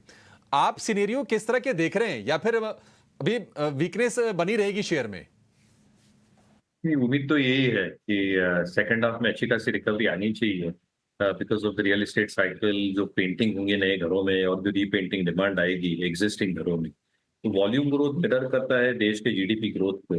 और अगर देश की जीडीपी 7 से 8% ग्रो होनी है तो 1 से 1.5 गुना वॉल्यूम होता है पेंट कंपनियों का, तो 10 से 12% की वॉल्यूम ग्रोथ इंडस्ट्री के लिए होनी चाहिए। हालांकि आई थिंक जो बिरला ओपिस यानी जो एंट्री हुई है नए कॉम्पिटिटर की, उसके वजह से प्राइसिंग को लेके जो ये क्वार्टर में large part of this quarter has probably got impacted, ये एक रीजन हो सकता है। और एंट्री लेवल से लेके प्रीमियम पेंट्स तक I think pricing has been very very evident. हालांकि काफी पेंट कंपनीज ने इंक्लूडिंग एशियन पेंट्स ने प्राइस हाइक्स का सिलसिला स्टार्ट किया है, but that is largely to counter input cost जो बढ़े हैं। दूसरी चीज आई थिंक जो रीपेंटिंग या पेंटिंग होती है घर की, I think the biggest cost now is the labour cost. Paints की कॉस्ट आजकल शायद दूसरे दायरे पे आ चुकी है in terms of the total input cost as far as overall painting or refurbishment is concerned. और इसलिए आई थिंक प्लेयर्स देखना चाहेंगे इन terms of the qualitative aspects, और डिफरेंशिएट करना बहुत कम हो गया। ऑब्वियसली एशियन पेंट्स की एक लीडरशिप पोजीशन थी काफी सालों तक, but other players have also caught up, specially in the decorative would painting segment. तो कहीं ना कहीं आई थिंक कंपटीशन है, कहीं ना कहीं इनपुट कॉस्ट के प्रेशर्स हैं, वॉल्यूम्स कैसे पिकअप होती है देखना पड़ेगा, बट ये स्टॉक शायद अंडर परफॉर्म करे और एक कंसोलिडेट पेन में ट्रेड करे कंपेयर टू इट्स पीयर्स।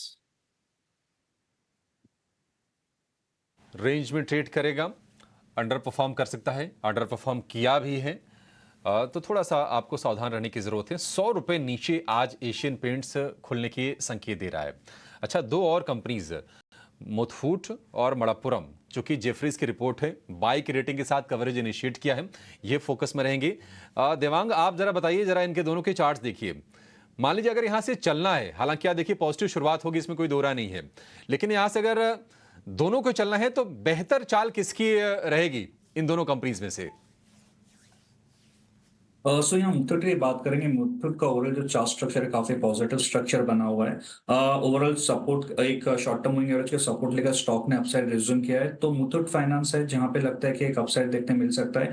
1940 तक के जोन देखने मिल सकते हैं मुथूट फाइनेंस में। 1830 का एक सपोर्ट है स्टॉक के लिए।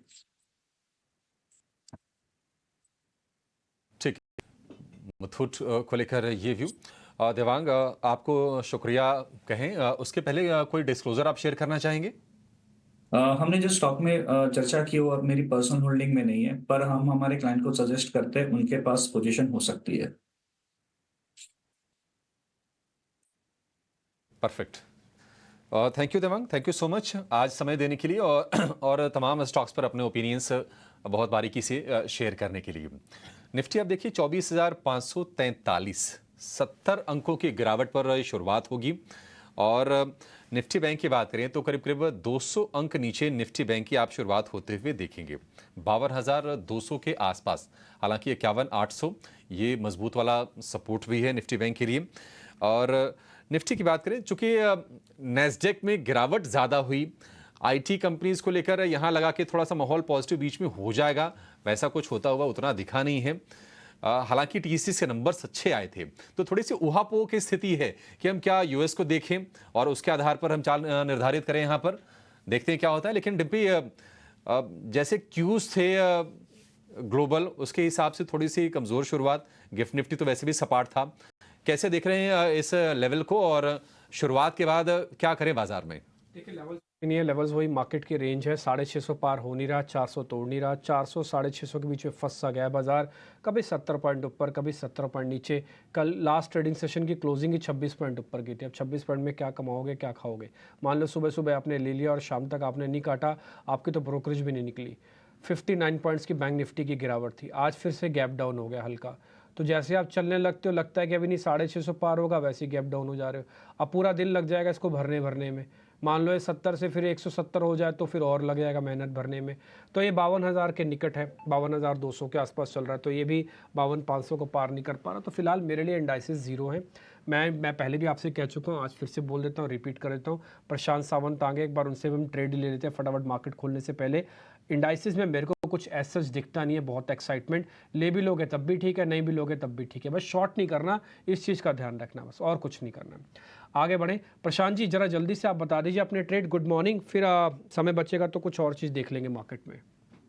जी रिपी जी वेरी गुड मॉर्निंग। दो स्टॉक्स पे नजर होगी, एक होगा सीएससी, यहाँ पे एक अच्छी डिप आई है और यहाँ पे मुझे लग रहा है स्पॉट 165 के नीचे क्लोजिंग बेसिस स्टॉप लॉस लगा के लॉन्ग जाना चाहिए। 210 215 तक के टारगेट मिल सकते हैं। नेक्स्ट पिक थोड़ा conservative, PSU banking, bank of Baroda, यहाँ stop loss spot closing basis 251 250 250 251, target होगा 270 270।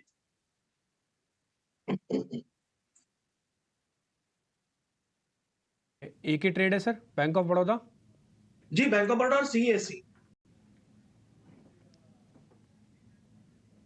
ओके ठीक है, सीएससी भी है, ठीक है डन। तो एक बार जरा दिखा दीजिएगा सीएससी के लेवल्स भी। 210 का टारगेट है, 165 का एक स्टॉप लॉस है और बैंक ऑफ बड़ौदा भी है। दो ट्रेड आपके लिए हो गए सर, नोटिस कर लिया मैंने। मेरे को बैंक ऑफ बड़ौदा आपका ज़्यादा ठीक लग रहा है एज़ कम्पेयर टू सीएससी, लेकिन फिर भी आपने दोनों शेयर्स को अच्छे से नोटिस कर लीजिएगा।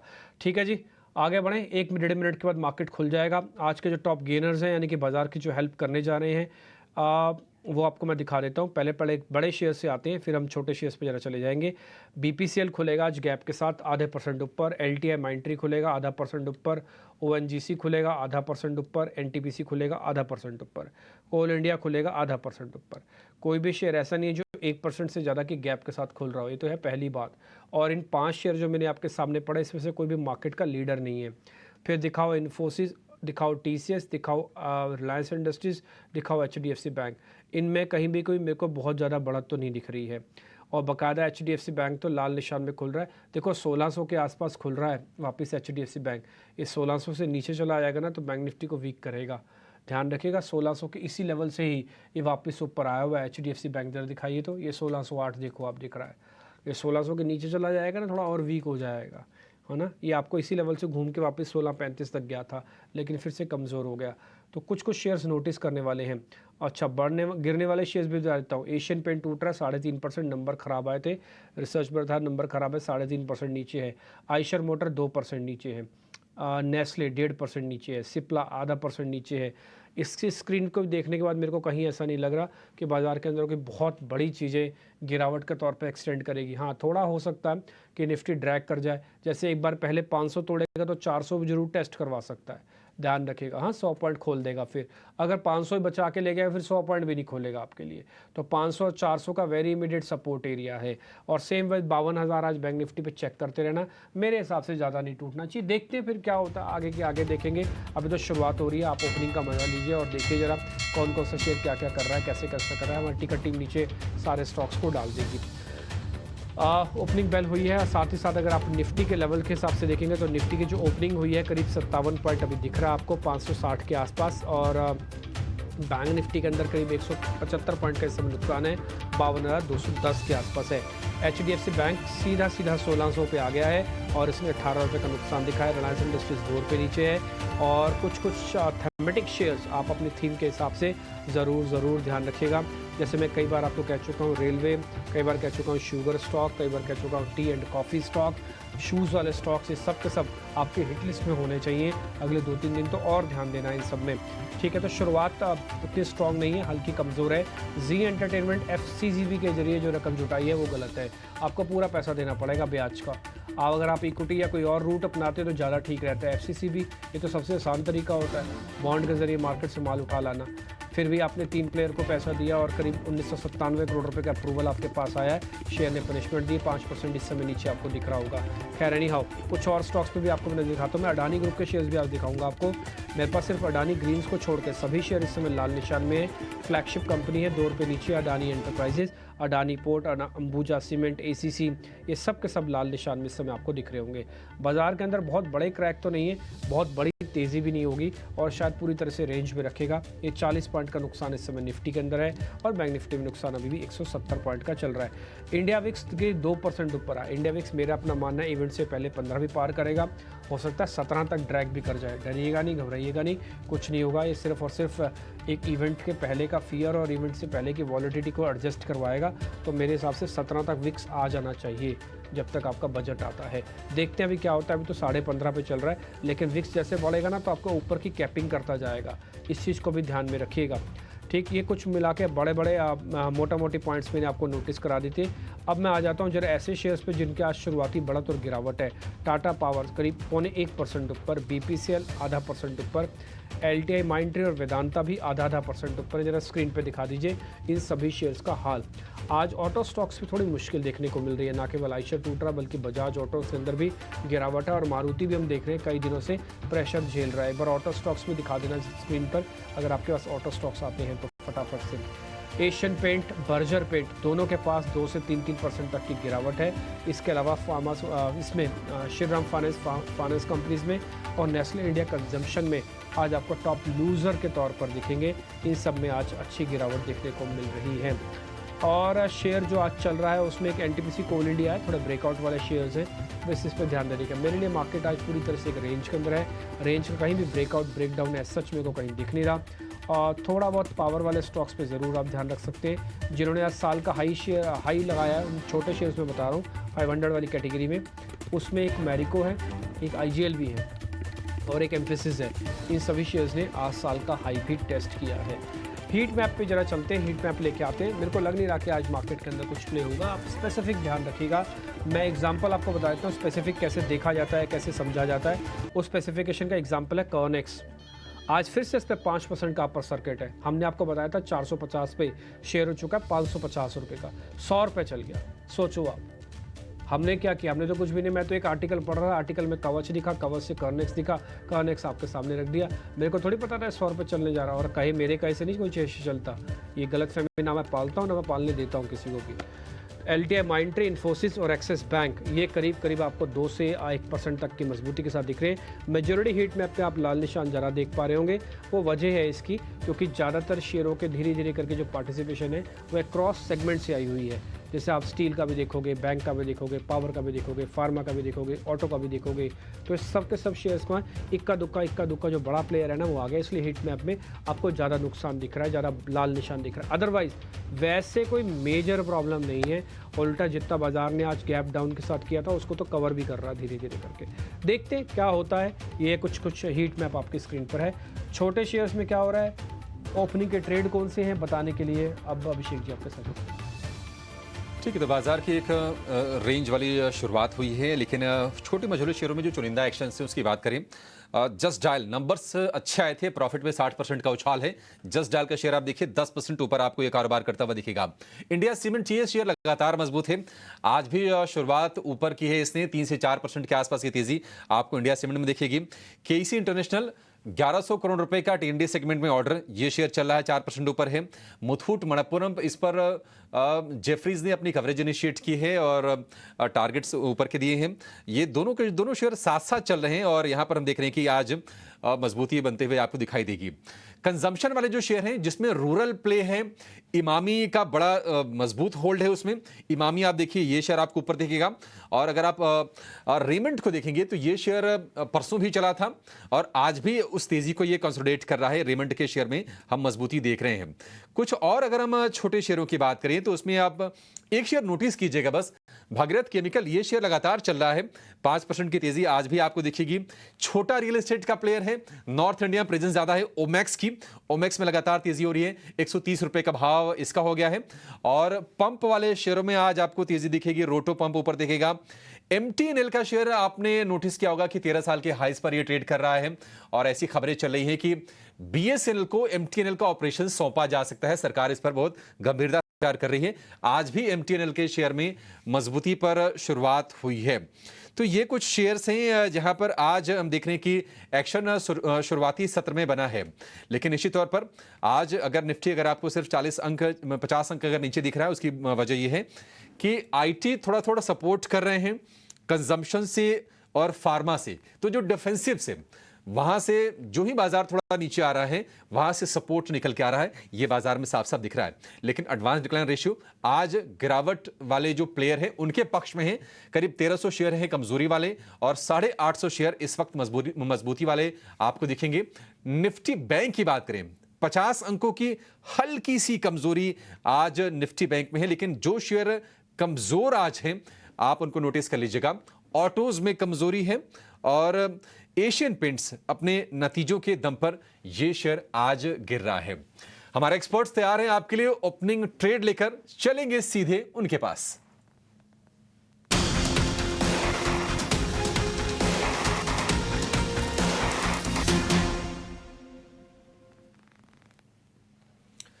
प्रशांत जी, शुरुआत आपसे करेंगे। बताइए क्या स्पॉट किया है आपने, क्या ट्रेड करें अभी?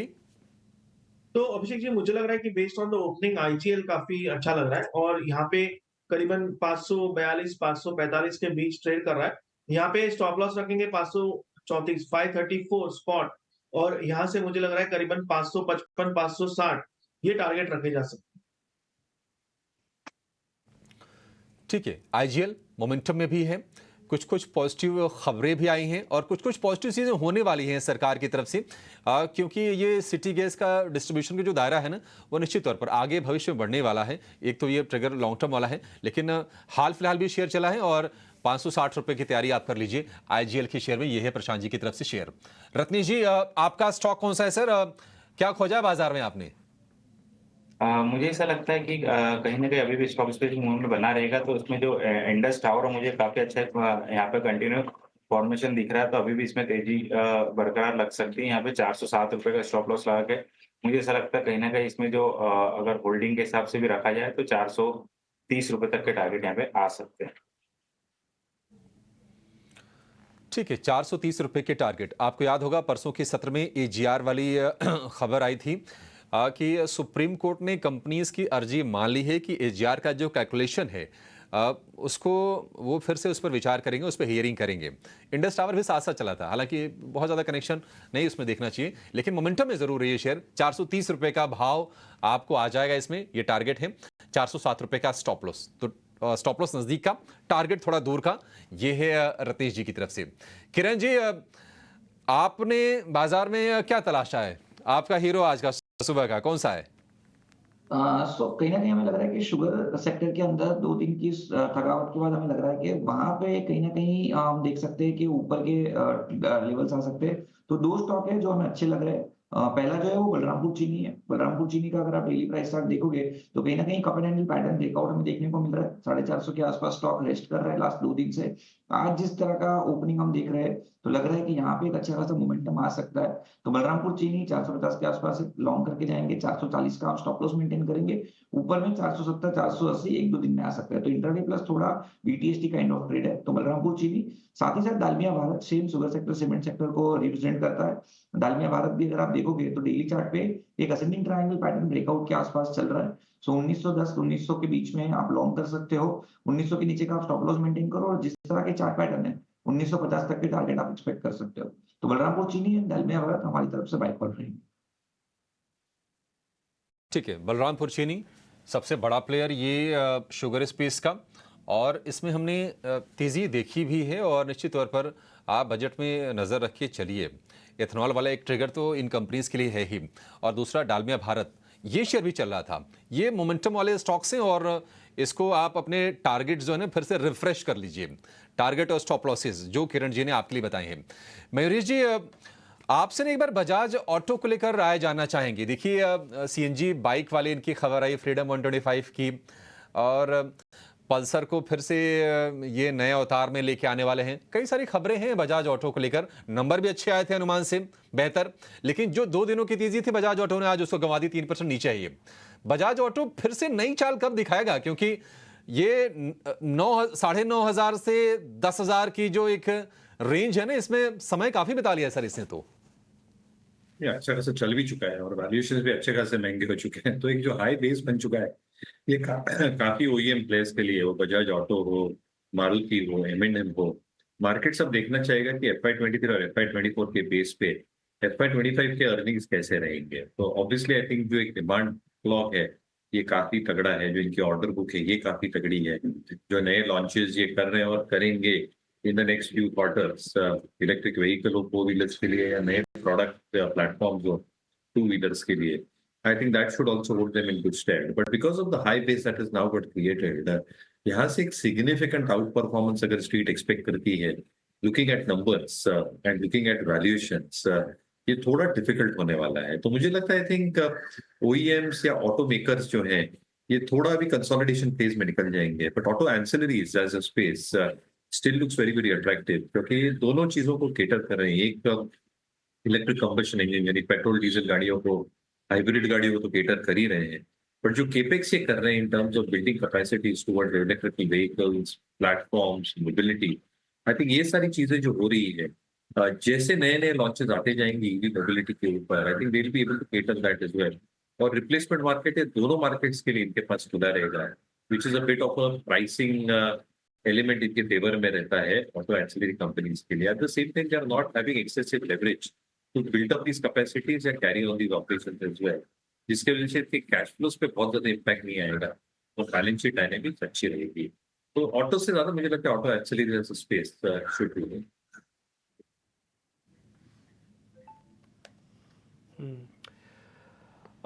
महेश सर, 1 मिनट के लिए आप रहना लाइन पे ही। मेरे साथ ही एक खबर ये आ रही है ऑरोबिंदो फार्मा के रिगार्डिंग कि वो टेंडर ऑफर के जरिए बायबैक को उनके बोर्ड के अप्रूवल आ गया है।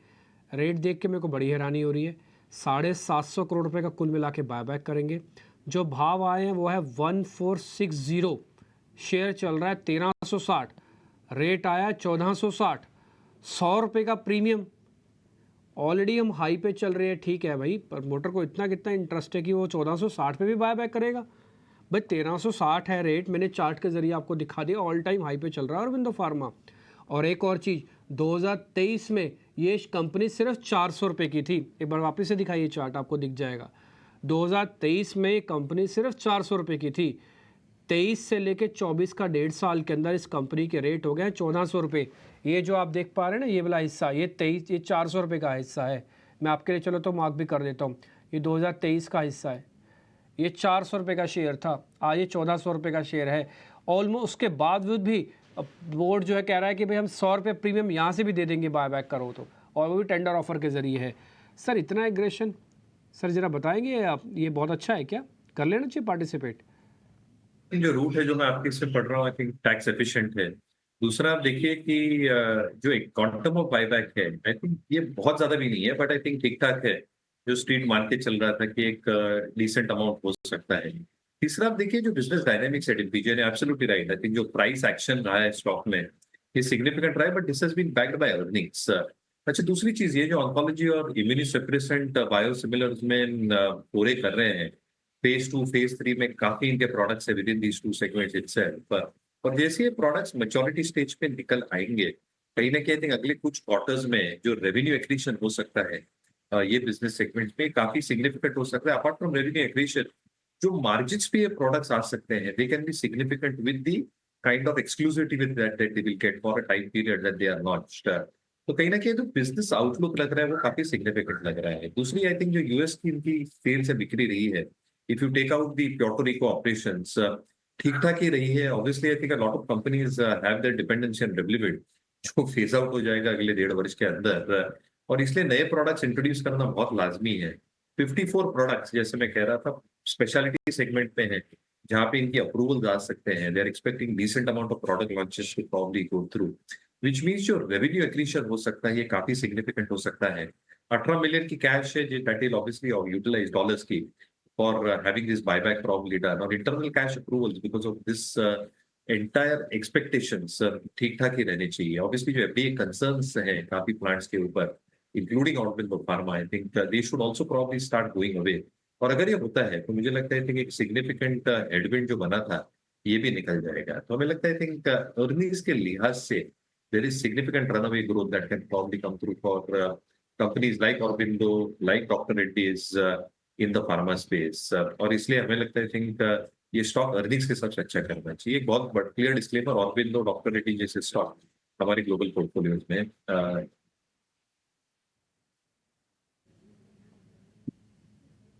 ठीक है महेश भाई, आपने अच्छे से सारी चीज़ समझा दिया, बता भी दिया। खैर इस बीच में मार्केट्स में लौट आता हूँ। ये शेयर का रिएक्शन नहीं आ रहा, मेरे को तो बड़ी हैरानी है इस चीज़ पे भी है कि शेयर अभी रिएक्ट नहीं कर रहा। क्या बाज़ार को पहले से पता था कि क्वांटम छोटा है, कि टेंडर ऑफर आ गया इसलिए है, किसकी वजह से ऐसा रिएक्ट नहीं कर रहा? थोड़ा रिसर्च करके और आपको बताएंगे। वैसे तो रिएक्ट कर जाना चाहिए था मेरे हिसाब से कम ज़्यादा नहीं तो 10-20 रुपये का मूवमेंट तो आता ही आता, लेकिन वो भी नहीं आया। चलो ठीक है, कोई बात नहीं, देखते हैं अरविंदो के अंदर अभी और क्या होता है, थोड़ी रिसर्च करनी पड़ेगी। 97 पॉइंट की गिरावट फ्यूचर्स में है और 86 पॉइंट्स की गिरावट है निफ्टी पे, यानी करीब करीब निफ्टी अब 90 पॉइंट नीचे आ चुका है और ये करीब 522 को भी तोड़ रहा है अब। ठीक है, तो कहने का मेरा मतलब है कि 650 पार नहीं हुआ तो नीचे के लेवल को टेस्ट करने के लिए पहुंचेंगे डेज लो पे। एक बार जरा निफ्टी का आईटी इंडेक्स दिखाना, निफ्टी का आईटी इंडेक्स दिखाइए एक बार इंडाइसिस के हिसाब से। ठीक, और आपको मैं फिर से बताऊं, थोड़ा थेमेटिक हो रही है बाजार के अंदर, इंडाइसिस से बहुत ज़्यादा पैसा कमाना और बहुत ज़्यादा पैसा गंवाना, ऐसा कुछ नहीं है। अच्छा, निफ्टी आईटी इंडेक्स ज़्यादा नहीं टूटा हुआ, तो ये चीज़ क्लियर है कि आईटी की वजह से नहीं है प्रॉब्लम। तो आईटी के इतर जो है वहाँ पे प्रॉब्लम्स ज़्यादा हैं, वहाँ पे आप देखिएगा। जरा मैं आपको शेयर्स बता देता हूँ, आपको थोड़ा उससे आइडिया लग जाएगा। रिलायंस ड्रैग करवा रहा है मार्केट को, HDFC बैंक ड्रैग करवा रहा है। जरा दोनों के शेयर्स दिखाते हैं ना स्क्रीन पे फटाफट से। रिलायंस दिखाओ, HDFC बैंक दिखाओ। थोड़ा एशियन पेंट ड्रैग करवा रहा है, ICICI बैंक ड्रैग करवा रहा है, L&T ड्रैग करवा रहा है, बजाज के 2 बड़े शेयर्स ड्रैग करवा रहे हैं, बजाज ऑटो और बजाज फाइनेंस। तो ये कुछ एक शेयर्स हैं। आज सारा दोष आईटी को ना दीजिएगा, भले ही नैस्डैक नीचे था लेकिन आईटी की खूबसूरती यहाँ पे बहुत अच्छे से प्रिवेल हो गई, ऐसी कोई दिक्कत आई नहीं है सच। आगे बढ़ें, कुछ कुछ स्टॉक हमने और भी निकाले ताकि आपको थोड़ा वहाँ पे ध्यान देना चाहिए। जैसे हमने आपका को थोड़ा थेमेटिक रहिएगा। कैंपस हम तो छोड़ चुके हैं, आपको पता है हमने 2 दिन का टारगेट रखा था कि 2 दिन के अंदर 310 हो जाए, हुआ नहीं और ना केवल 310 हुआ बल्कि 300 पे आके अटका हुआ छोड़ दिया। फिर हमको लगा कि इसको छोड़ देंगे तो कोई बात नहीं, क्या पूरी थीम को थोड़ा छोड़ना चाहिए। फिर हमने इसी में से शूज़ वाली कंपनी में से एक और शेयर भी निकाला है, रिलैक्सो। प्रशांत जी जरा एक बार देखिएगा आप भी, मैं अपनी स्क्रीन से आपको दिखा रहा हूँ जरा। रिलैक्सो कैंपस से ऑलरेडी आउट है, हमारे हिसाब से चला नहीं। 310 ऑलरेडी हमने आपको पहले ही नोटिस करा दिया था, बट हमने इसका एक पीयर ढूंढा है, वो है रिलैक्सो। मैं सर इसके चार्ट थोड़े छोटे कर देता हूँ और डेली बेसिस पर चेक कर रहा हूँ क्योंकि मेरे पास ज़्यादा समय नहीं है, 3 ही दिन के अंदर मैं सिर्फ देखना चाहूँगा। सर ये 50 दिन के एवरेज, 200 दिनों के एवरेज को चेज करने के लिए जाएगी। कम से कम मेरे हिसाब से 20-25 रुपये आराम से बन जाने चाहिए। सर ज़रा देख लीजिए, चल सकता है क्या ये शेयर रिलैक्सो? जी डिम्पी जी, यहाँ पे अगर हम देखें परसों बहुत स्ट्रांग बाइंग हुई है। अगर हम वॉल्यूम की तरफ देखें तो बहुत ज्यादा स्ट्रेंथ नजर आ रही है, उस वजह से मुझे लग रहा है बने रहना चाहिए। जो आपने कहा बिल्कुल वही, 200 दिनों की जो एवरेज है वो 855 पे, करीबन यहाँ से 2-2.5%, वो आप टारगेट मान के चल सकते हैं। और आज के लो के थोड़ा नीचे यानी करीबन 830 के आसपास स्टॉप लॉस रख के बने रहिए। बस यही एक ट्रेड होगा, इसमें ज्यादा कुछ मुझे स्ट्रॉन्ग पैटर्न नहीं, सिर्फ एक थोड़ा एक्यूमुलेशन टाइप नजर आ रहा है। तो आप एक बार ये 855 के ऊपर क्लोज हो यानी 200 दिनों के एवरेज के ऊपर, तब आप नजरिया बदल के इसको पोजिशनल रख सकते हैं। ठीक है सर, डन। मेरा भी यही टारगेट है, सिर्फ 855 तक का टारगेट है। इंट्राडे 855 पार हो जाएगा, फिर देखी जाएगी इसके अंदर, फिर नोटिस करेंगे। खैर इस बीच हमारी 11 बजे कास्ट पेशकश होगी बजट को लेकर, वो आप ज़रूर देखिएगा, उसको बिल्कुल मिस ना कीजिएगा क्योंकि इसके अंदर हम बहुत अच्छे अच्छे थीम्स, शेयर्स, थेमेटिक शेयर्स, ये सब कुछ आपके सामने हम बताने की कोशिश कर रहे हैं। तो ये 11 बजे आप एक और कवरेज हमारी बजट वाली देखेंगे। खैर एनी हाउ, मार्केट के अंदर पूरी तरह से एक रेंज के अंदर, और रेंज के अंदर भी हल्के से दबाव के साथ काम होता हुआ दिख रहा है। आज का दिन मैं आपको बताऊं, मेरे को तो आज कुछ फील ही नहीं हो रहा है। मैं आपको सही बात बता रहा हूँ, मेरे को आज मार्केट के अंदर कुछ भी ऐसा कुछ एक्स्ट्रा ऑर्डनरी कुछ दिख, ये जो टूट भी रहा है ना, मेरे को तो इस पर भी ट्रस्ट नहीं हो रहा है क्योंकि इससे पहले भी कई बार हम इस लेवल को देख चुके हैं और उसके बाद ना ही ब्रेकआउट करता है ना ही ब्रेकडाउन करता है। फालतू में ऐसे ही हम ऊपर नीचे होंगे और अपने मनोबल और अपने प्रिंसिपल्स को खो बैठेंगे और फिर नुकसान हो जाएगा। इसलिए बाज़ार के अंदर आपको जमता है, बहुत ज़बरदस्त जमता है तो रहना, अगर बहुत ज़बरदस्त नहीं जमता तो ज़्यादा एक्सपेरिमेंट ना करो, शांति से बैठे रहो, बजट अच्छे से एंजॉय करो, मैम क्या बोल रही हैं अच्छे से सुनो और कोशिश करेंगे हम भी आपको अच्छे से सारी बातें बता पाएँ। आ जाते हैं कुछ एक और सेगमेंट पे। मैं जरा F&O वाली शीट खोली है, उसके अंदर देखता हूँ लॉन्ग पोजीशंस में कुछ मिलता है तो अच्छा, कुछ बढ़िया वाला। एक इंडिया सीमेंट, एक बार इंडिया सीमेंट दिखाएंगे आप? इंडिया सीमेंट, एक बार इंडिया सीमेंट दिखाइए और एक शेयर और दिखाइए, वो है इंडस टावर। रतेश जी जरा दोनों शेयर चेक करेंगे, इंडिया सीमेंट और इंडस टावर।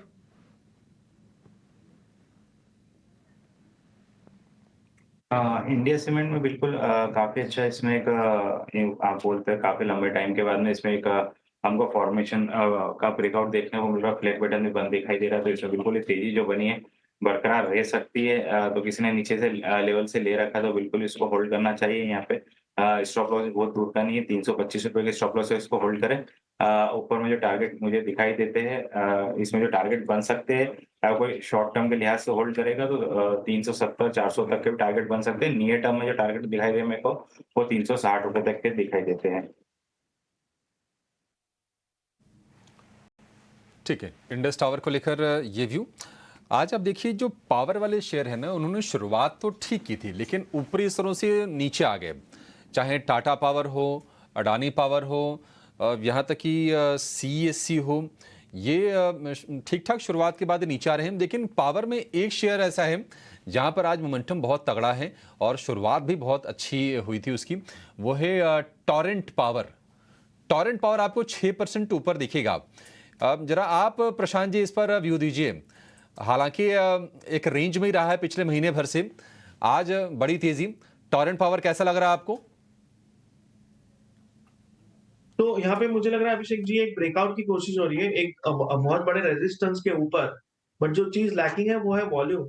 तो मैं ज्यादा ट्रस्ट नहीं कर पा रहा हूँ। अभी हम करीबन 1650 पे ट्रेड कर रहे हैं। सिर्फ मेरे हिसाब से 1625 स्टॉप लॉस रखिए, 1% से थोड़ा ज्यादा। अगर ये सस्टेन करें तो आपको 1700 के लेवल मिलेंगे, वरना आपकी रिस्क सिर्फ यहाँ से 1% है।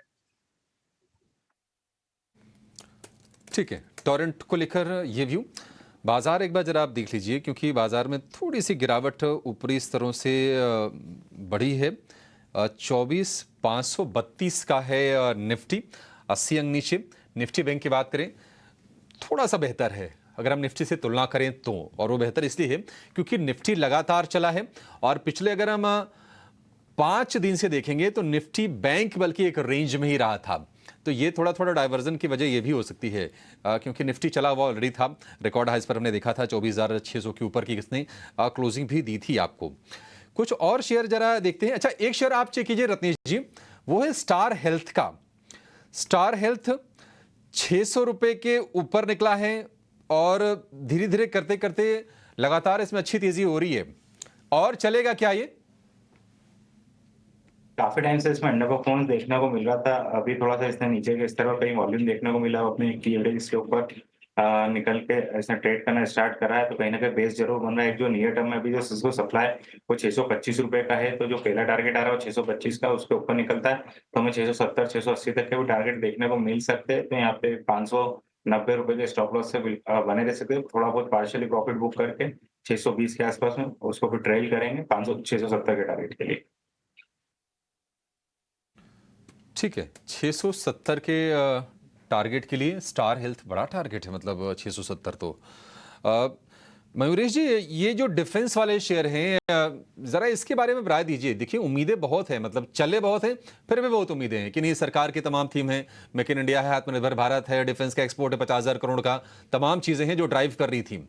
जरा वैल्यूएशन आप सर बता दीजिए कि इस वक्त कैसे लग रहे हैं आपको। आज देखिए HAL करीब करीब 6% नीचे है, तो डिप्स को जो है क्या हम यूटिलाइज करें बाई के लिए, या फिर थोड़े स्वेल हो गए थे वैल्यूएशंस और वो वैल्यूएशन करेक्शन हो रहा है, कब लेना होगा फिर से? अच्छा, थोड़ा ठीक ठाक करेक्शन लेना चाहिए इसमें, क्योंकि टेलविंड जो है वो आई थिंक वेल नोन है मार्केट्स में। अच्छी खासी ऑर्डर बुक है, दे आर एग्जीक्यूटिंग वेल, ठीक ठाक मार्जिन के साथ ऑर्डर आ रहे हैं, तो ऐसी कोई दिक्कतें लग नहीं रही है। बट जो प्राइस एक्शन रहा है ये सारे शेयर्स में, entire defence pact has been stunning. आज भी ऐसे शेयर्स हैं जो बहुत एक्सपेंसिव नहीं है, but you still need price correction to happen, क्योंकि काफी स्टॉक्स जो हम देखते हैं मार्केट में इंडिया में लेट स्टेज बेसिस में है, and they can succumb to either a general market correction या स्टॉक स्पेसिफिक करेक्शन, जहाँ पे एग्जीक्यूशन के इश्यूज आ सकते हैं 1 आध या 2 महीनों के लिए।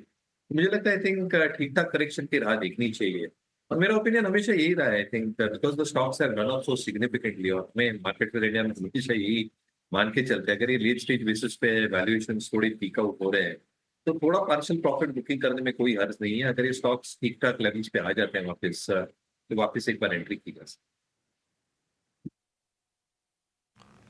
ठीक है, ये आपके लिए सलाह।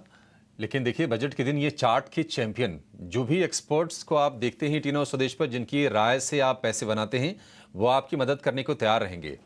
बजट के दिन दिन भर सुबह 7 बजे से ये सारे के सारे एक्सपर्ट्स आपके साथ जुड़ जाएंगे, और बजट पेश होने से पहले और बजट पेश होने के बाद और बजट स्पीच के दौरान भी ये सभी के सभी एक्सपर्ट्स आपके लिए पैसे बनाने में आपकी मदद करेंगे, आपको बेहतरीन ट्रीट सुझाएंगे 23 जुलाई को दिन भर। लेकिन एक शेयर जरा चेक कीजिए प्रशांत आप, वो है हैटसन एग्रो का।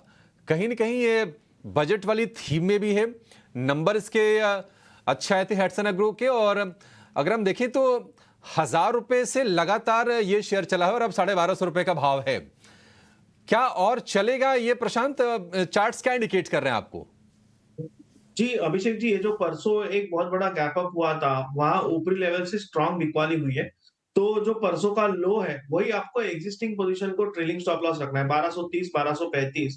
बाकी चेस तो मैं करना नहीं चाहूंगा, थोड़ा कूल डाउन हो जाए तो डिसाइड कर सकते हैं, बट फिलहाल सिर्फ एग्जिस्टिंग लॉन्ग्स को ट्रेल करना होगा।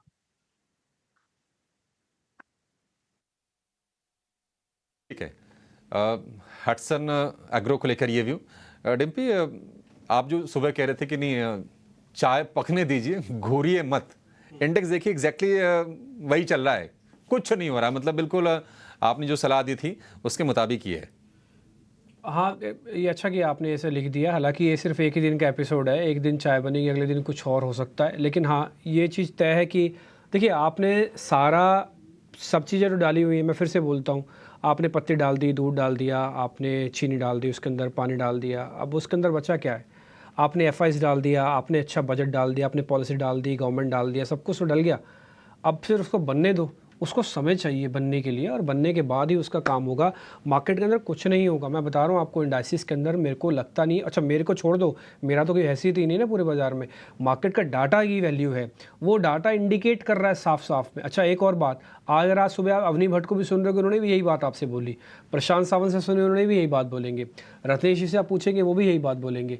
किरण जी बात पूछेंगे, वो भी यही बात बोलेंगे। घूरिए नहीं चाय को बनने दीजिए और पकड़िए, आप आराम से बैठिए, उसके बाद के बाद में फिर से देखेंगे और शांति से बैठिए। और आज आप देखो, दिन भर के स्विंग में कुछ भी नहीं होगा। हुआ क्या, बैंक निफ्टी ने कुछ भी नहीं किया, अभी 24 पॉइंट है सिर्फ, ये धीरे धीरे करके फिर रिकवर कर लेगा। दिखाओ एक बार ज़रा बैंक निफ्टी को। हाँ, स्पेसिफिक हो जाना स्टॉक्स के, वो अच्छा मूवमेंट होगा। जैसे मैंने आपको लास्ट टाइम बता दिया था, मेरे को लग रहा है कि रिलायंस इंडस्ट्रीज थोड़ा वीक होगा। उस दिन भी वीक हुआ, 40 रुपये टूटे, आज भी 20 रुपये तोड़े हुए, 60 रुपये टूट गया रिलायंस के अंदर। ऐसा नहीं है कि शादी खत्म हुई तो रिलायंस टूट रहा है। काफ़ी सारे लोग सोशल मीडिया पे डाल देते, वो एक अलग गेम है, वो आप वैसे कनेक्ट कर दो, वो एक अलग चीज़ है।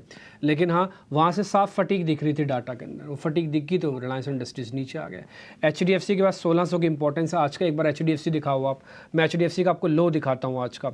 HDFC का आज का जो लो है वो है 1599, यानी कि 1600 का ही, और वह से 15 रुपये ऊपर है।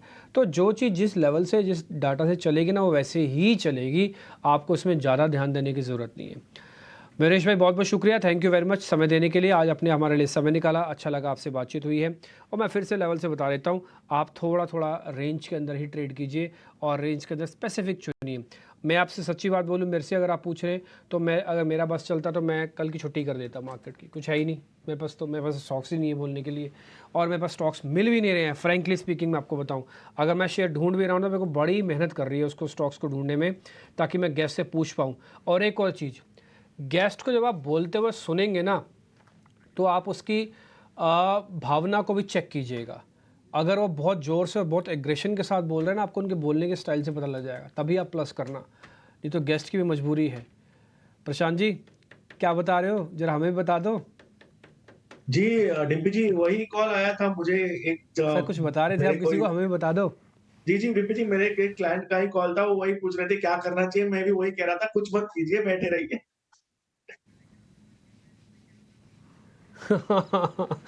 कुछ मत कीजिए, बैठे रहिए और चाय पीजिए आराम से, मस्ती से, और घूरिए नहीं, आराम से बैठे रहिए मार्केट के अंदर। अच्छा, एक दो शेयर निकल रहे हैं, वैसे तो धीरे धीरे देखते हैं, अगर उनमें कुछ ट्रेड बनता है। मैं फिर से बोल दूं, हमारे दोनों मेहमानों के ना बोलने की पावर को चेक करना, उनके कहीं पे मत जाना। अभी मैं आज बोल रहा हूँ आपको, उनके कहीं पे मत जाओ, उनकी बोलने की कैपेसिटी पे चेक करना।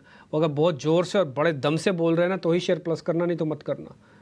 रजनीश जी, बुरा तो नहीं लग रहा है ना आपको? आपकी बॉडी लैंग्वेज से पहचान जाएंगे आप किस शेयर में बहुत फास्ट और किस शेयर में आप थोड़ा स्लो स्लो बोल रहे हो। नहीं डिम्पी जी, ये तो बहुत अच्छी बात है कि आप इतने अच्छे से ऑब्जर्व करते हैं, हमको इतने अच्छे से पहचानते हैं। तो मतलब शायद ही घर पे भी शायद ही कोई पहचानता हो इतने अच्छे से, जितने अच्छे से आप पहचान रहे हैं। नहीं, पर ये अच्छी बात है। और यहाँ पे एक अरे अपडेट भी वाह, देता हूँ। आज आपने दिल खुश कर दिया। और एक अपडेट भी यहाँ पे मैं दे दूं, ONGC का ऑप्शन पे चैंपियन मैंने कॉल दिया था 315 की स्ट्राइक का, तो उसमें मैं उम्मीद करता हूँ ऐसे गिरावट में थोड़ा सा मुनाफा हमारे दर्शकों को मिल रहा होगा, तो ये अच्छी बात है। बिल्कुल नहीं, अच्छी बात है सर। मैं फिर से कहूँगा, मैं बधाई भी देना चाहूँगा, आपकी बड़ी मेहनत होती है। मैं फिर से बोलता हूँ, बिना किसी आपको कोई फाइनेंशियल एड के या बिना किसी आप अपनी स्वेच्छा से हमारे साथ जुड़ते हैं और हम आपका ज्ञान और आपके इंटेलिजेंस लोगों तक पहुंचा पाते हैं। हम एक माध्यम बन जाते हैं, आपके इंटेलिजेंस जिनको चाहिए और उनके जो क्वेश्चंस हो, उनकी प्रॉब्लम्स होती है, वो आप तक आ जाती हैं। बस यही हम एक माध्यम के तौर पर काम कर रहे हैं। आगे बढ़ें, 1-2 शेयर मेरी लिस्ट में और भी हैं। अजीत मिश्रा को जोड़ लेते हैं, एक काम करते हैं, दिल्ली से ही हैं, रैलीगर ब्रोकिंग के हैं, और अजीत मिश्रा से जोड़ के जरा ब्रोकिंग उनसे एक माफ़ कीजिए ऑप्शंस का एक ट्रेड पता करते हैं।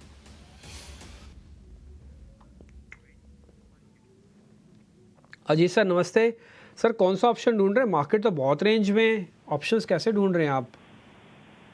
Good morning Dimpy. तो डिम्पी बिल्कुल देखिए, मार्केट रेंज में भी है और वोलेटाइल भी है। जैसे कि अभी थोड़ी देर पहले हमने देखा मार्केट में एक बाउट ऑफ प्रॉफिट टेकिंग आया, अब एक रिकवरी के अटेम्प्ट हो रहे हैं। मेरे हिसाब से थोड़ा सा डिफेंसिव में रही है। जो ओवर स्ट्रेच सेक्टर्स हैं जैसे कि डिफेंसेस, रेलवेज, जहाँ पे कि ऑलरेडी काफी स्ट्रॉन्ग मूव आ चुके हैं, वहाँ थोड़ा सा प्रॉफिट टेकिंग करने की जरूरत है। और स्टॉक स्पेसिफिक मेरे हिसाब से HUL जो कि एक काफी कंसिस्टेंट ट्रेंड दिखा रहा है, एक इंट्राडे में डिप मिला था, मेरे हिसाब से एक बाइंग अपॉर्चुनिटी है। स्टॉक अभी भी फ्लैट है, करीब 2700 वाली कॉल जो 36 के अराउंड पे ट्रेड कर रही है, इसको आप लॉन्ग कर सकते हैं 26 के स्टॉप लॉस के साथ 58 तक के टारगेट्स के लिए।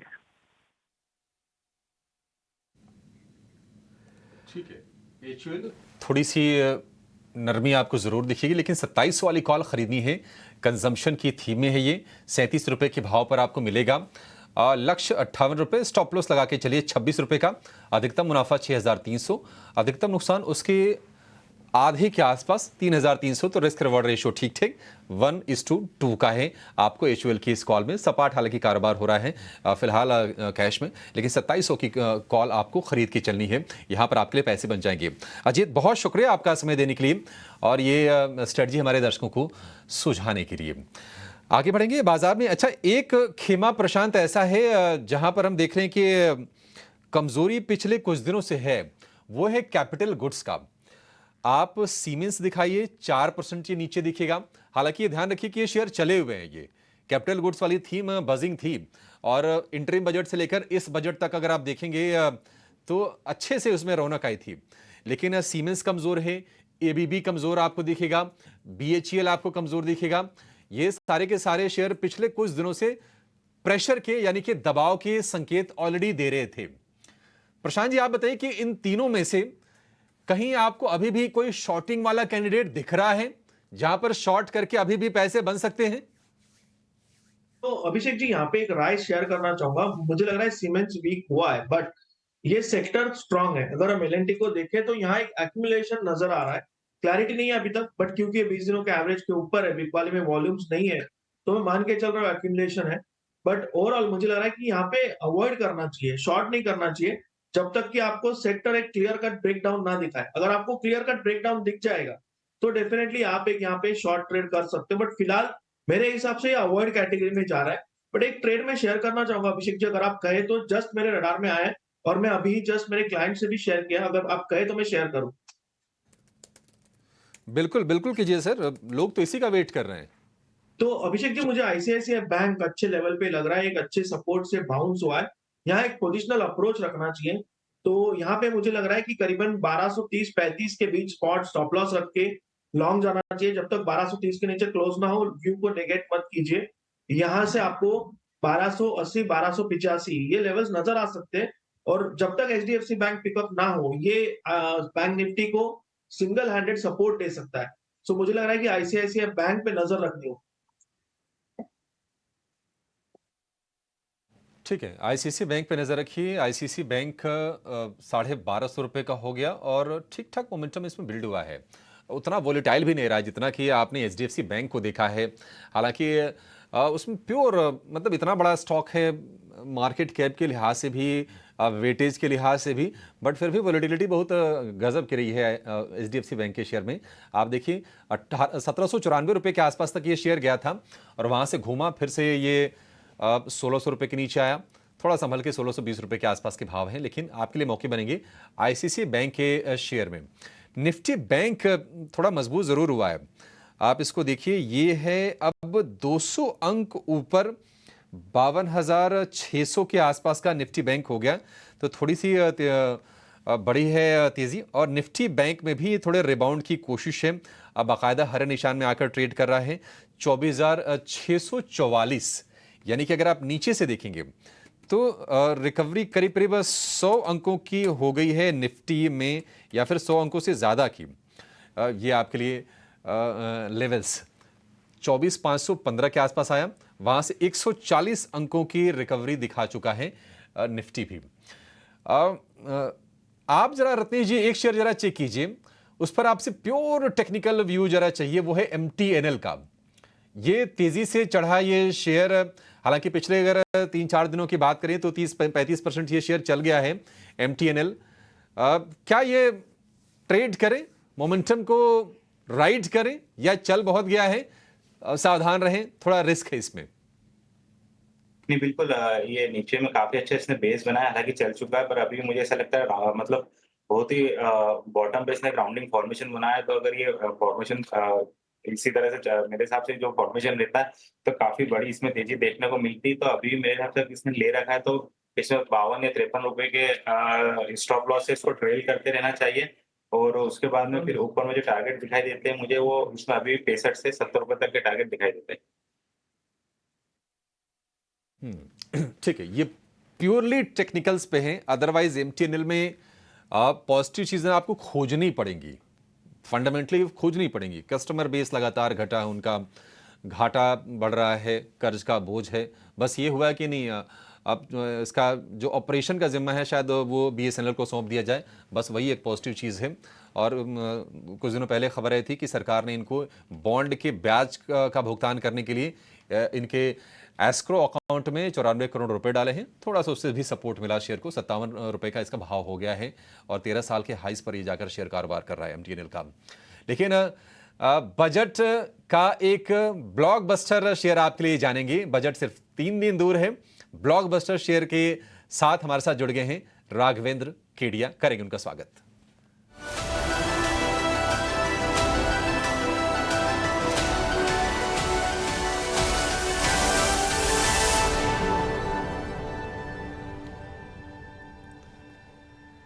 तो बजट का ब्लॉकबस्टर स्टॉक, राघवेंद्र जी बहुत शुक्रिया आपका समय देने के लिए। स्वागत है 18 स्वदेश पर। बताइए क्या चुना है आपने हमारे दर्शकों के लिए आज? Good morning 18 team. Budget special में हमें लगता है गवर्नमेंट का एक बहुत बड़ा फोकस रहेगा पावर सेक्टर पे, और इसमें पावर जनरेशन पे और पावर डिस्ट्रीब्यूशन पे बहुत बड़ा फोकस रहेगा। तो इसको चलते हमें लगता है टाटा पावर, इसका करंट प्राइस 430 रुपए का है, ये स्टॉक को ले सकते हैं। और इसमें मॉडरेट अपसाइड लगता है, 30% का अपसाइड 1 साल की अवधि के लिए। और बजट में जैसे ही कोई पावर सेक्टर रिलेटेड कोई पॉलिसी अनाउंसमेंट आता है तो संभावित इसमें 1 से 2 महीने में भी 10% की अपसाइड हो सकती है। कंपनी टाटा ग्रुप मैनेजमेंट है, कॉर्पोरेट गवर्नेंस काफी अच्छा है, एक डायनामिक विजन है लेड बाय एन चंद्रशेखरन। और अभी इन्होंने हाल में डिसाइड किया था कि 20,000 करोड़ का कैपिटल एक्सपेंडिचर कैपेक्स करेंगे आने वाले 3 से 4 साल में। इसको चलते टाटा पावर काफी अच्छा पॉजिटिव रिटर्न दे सकता है। कंपनी पावर जनरेशन में भी है और इसमें कोयले से बिजली जो कि थर्मल पावर है वो भी करती है, और सोलर एनर्जी जो कि सूर्य की रोशनी से बिजली बनती है उसमें भी काफी बड़ा फोकस है। तो पावर जनरेशन में भी है, पावर डिस्ट्रीब्यूशन में भी है, तो एक all round power play stock मिल सकता है टाटा पावर के रूप में। 560 का लक्ष्य रखकर 30% की अपसाइड, करंट प्राइस 435 के प्राइस पर अगर बाय करेंगे तो टाटा पावर में अच्छा अपसाइड मिल सकता है 1 महीने की अवधि के लिए भी और 1 साल की अवधि के लिए भी। एक ये इन्वेस्टमेंट स्टॉक रहेगा, अपने कोर पोर्टफोलियो में इसे रख सकते हैं। Good management, good vision and बहुत एग्रेसिव एक्सपेंशन प्लान।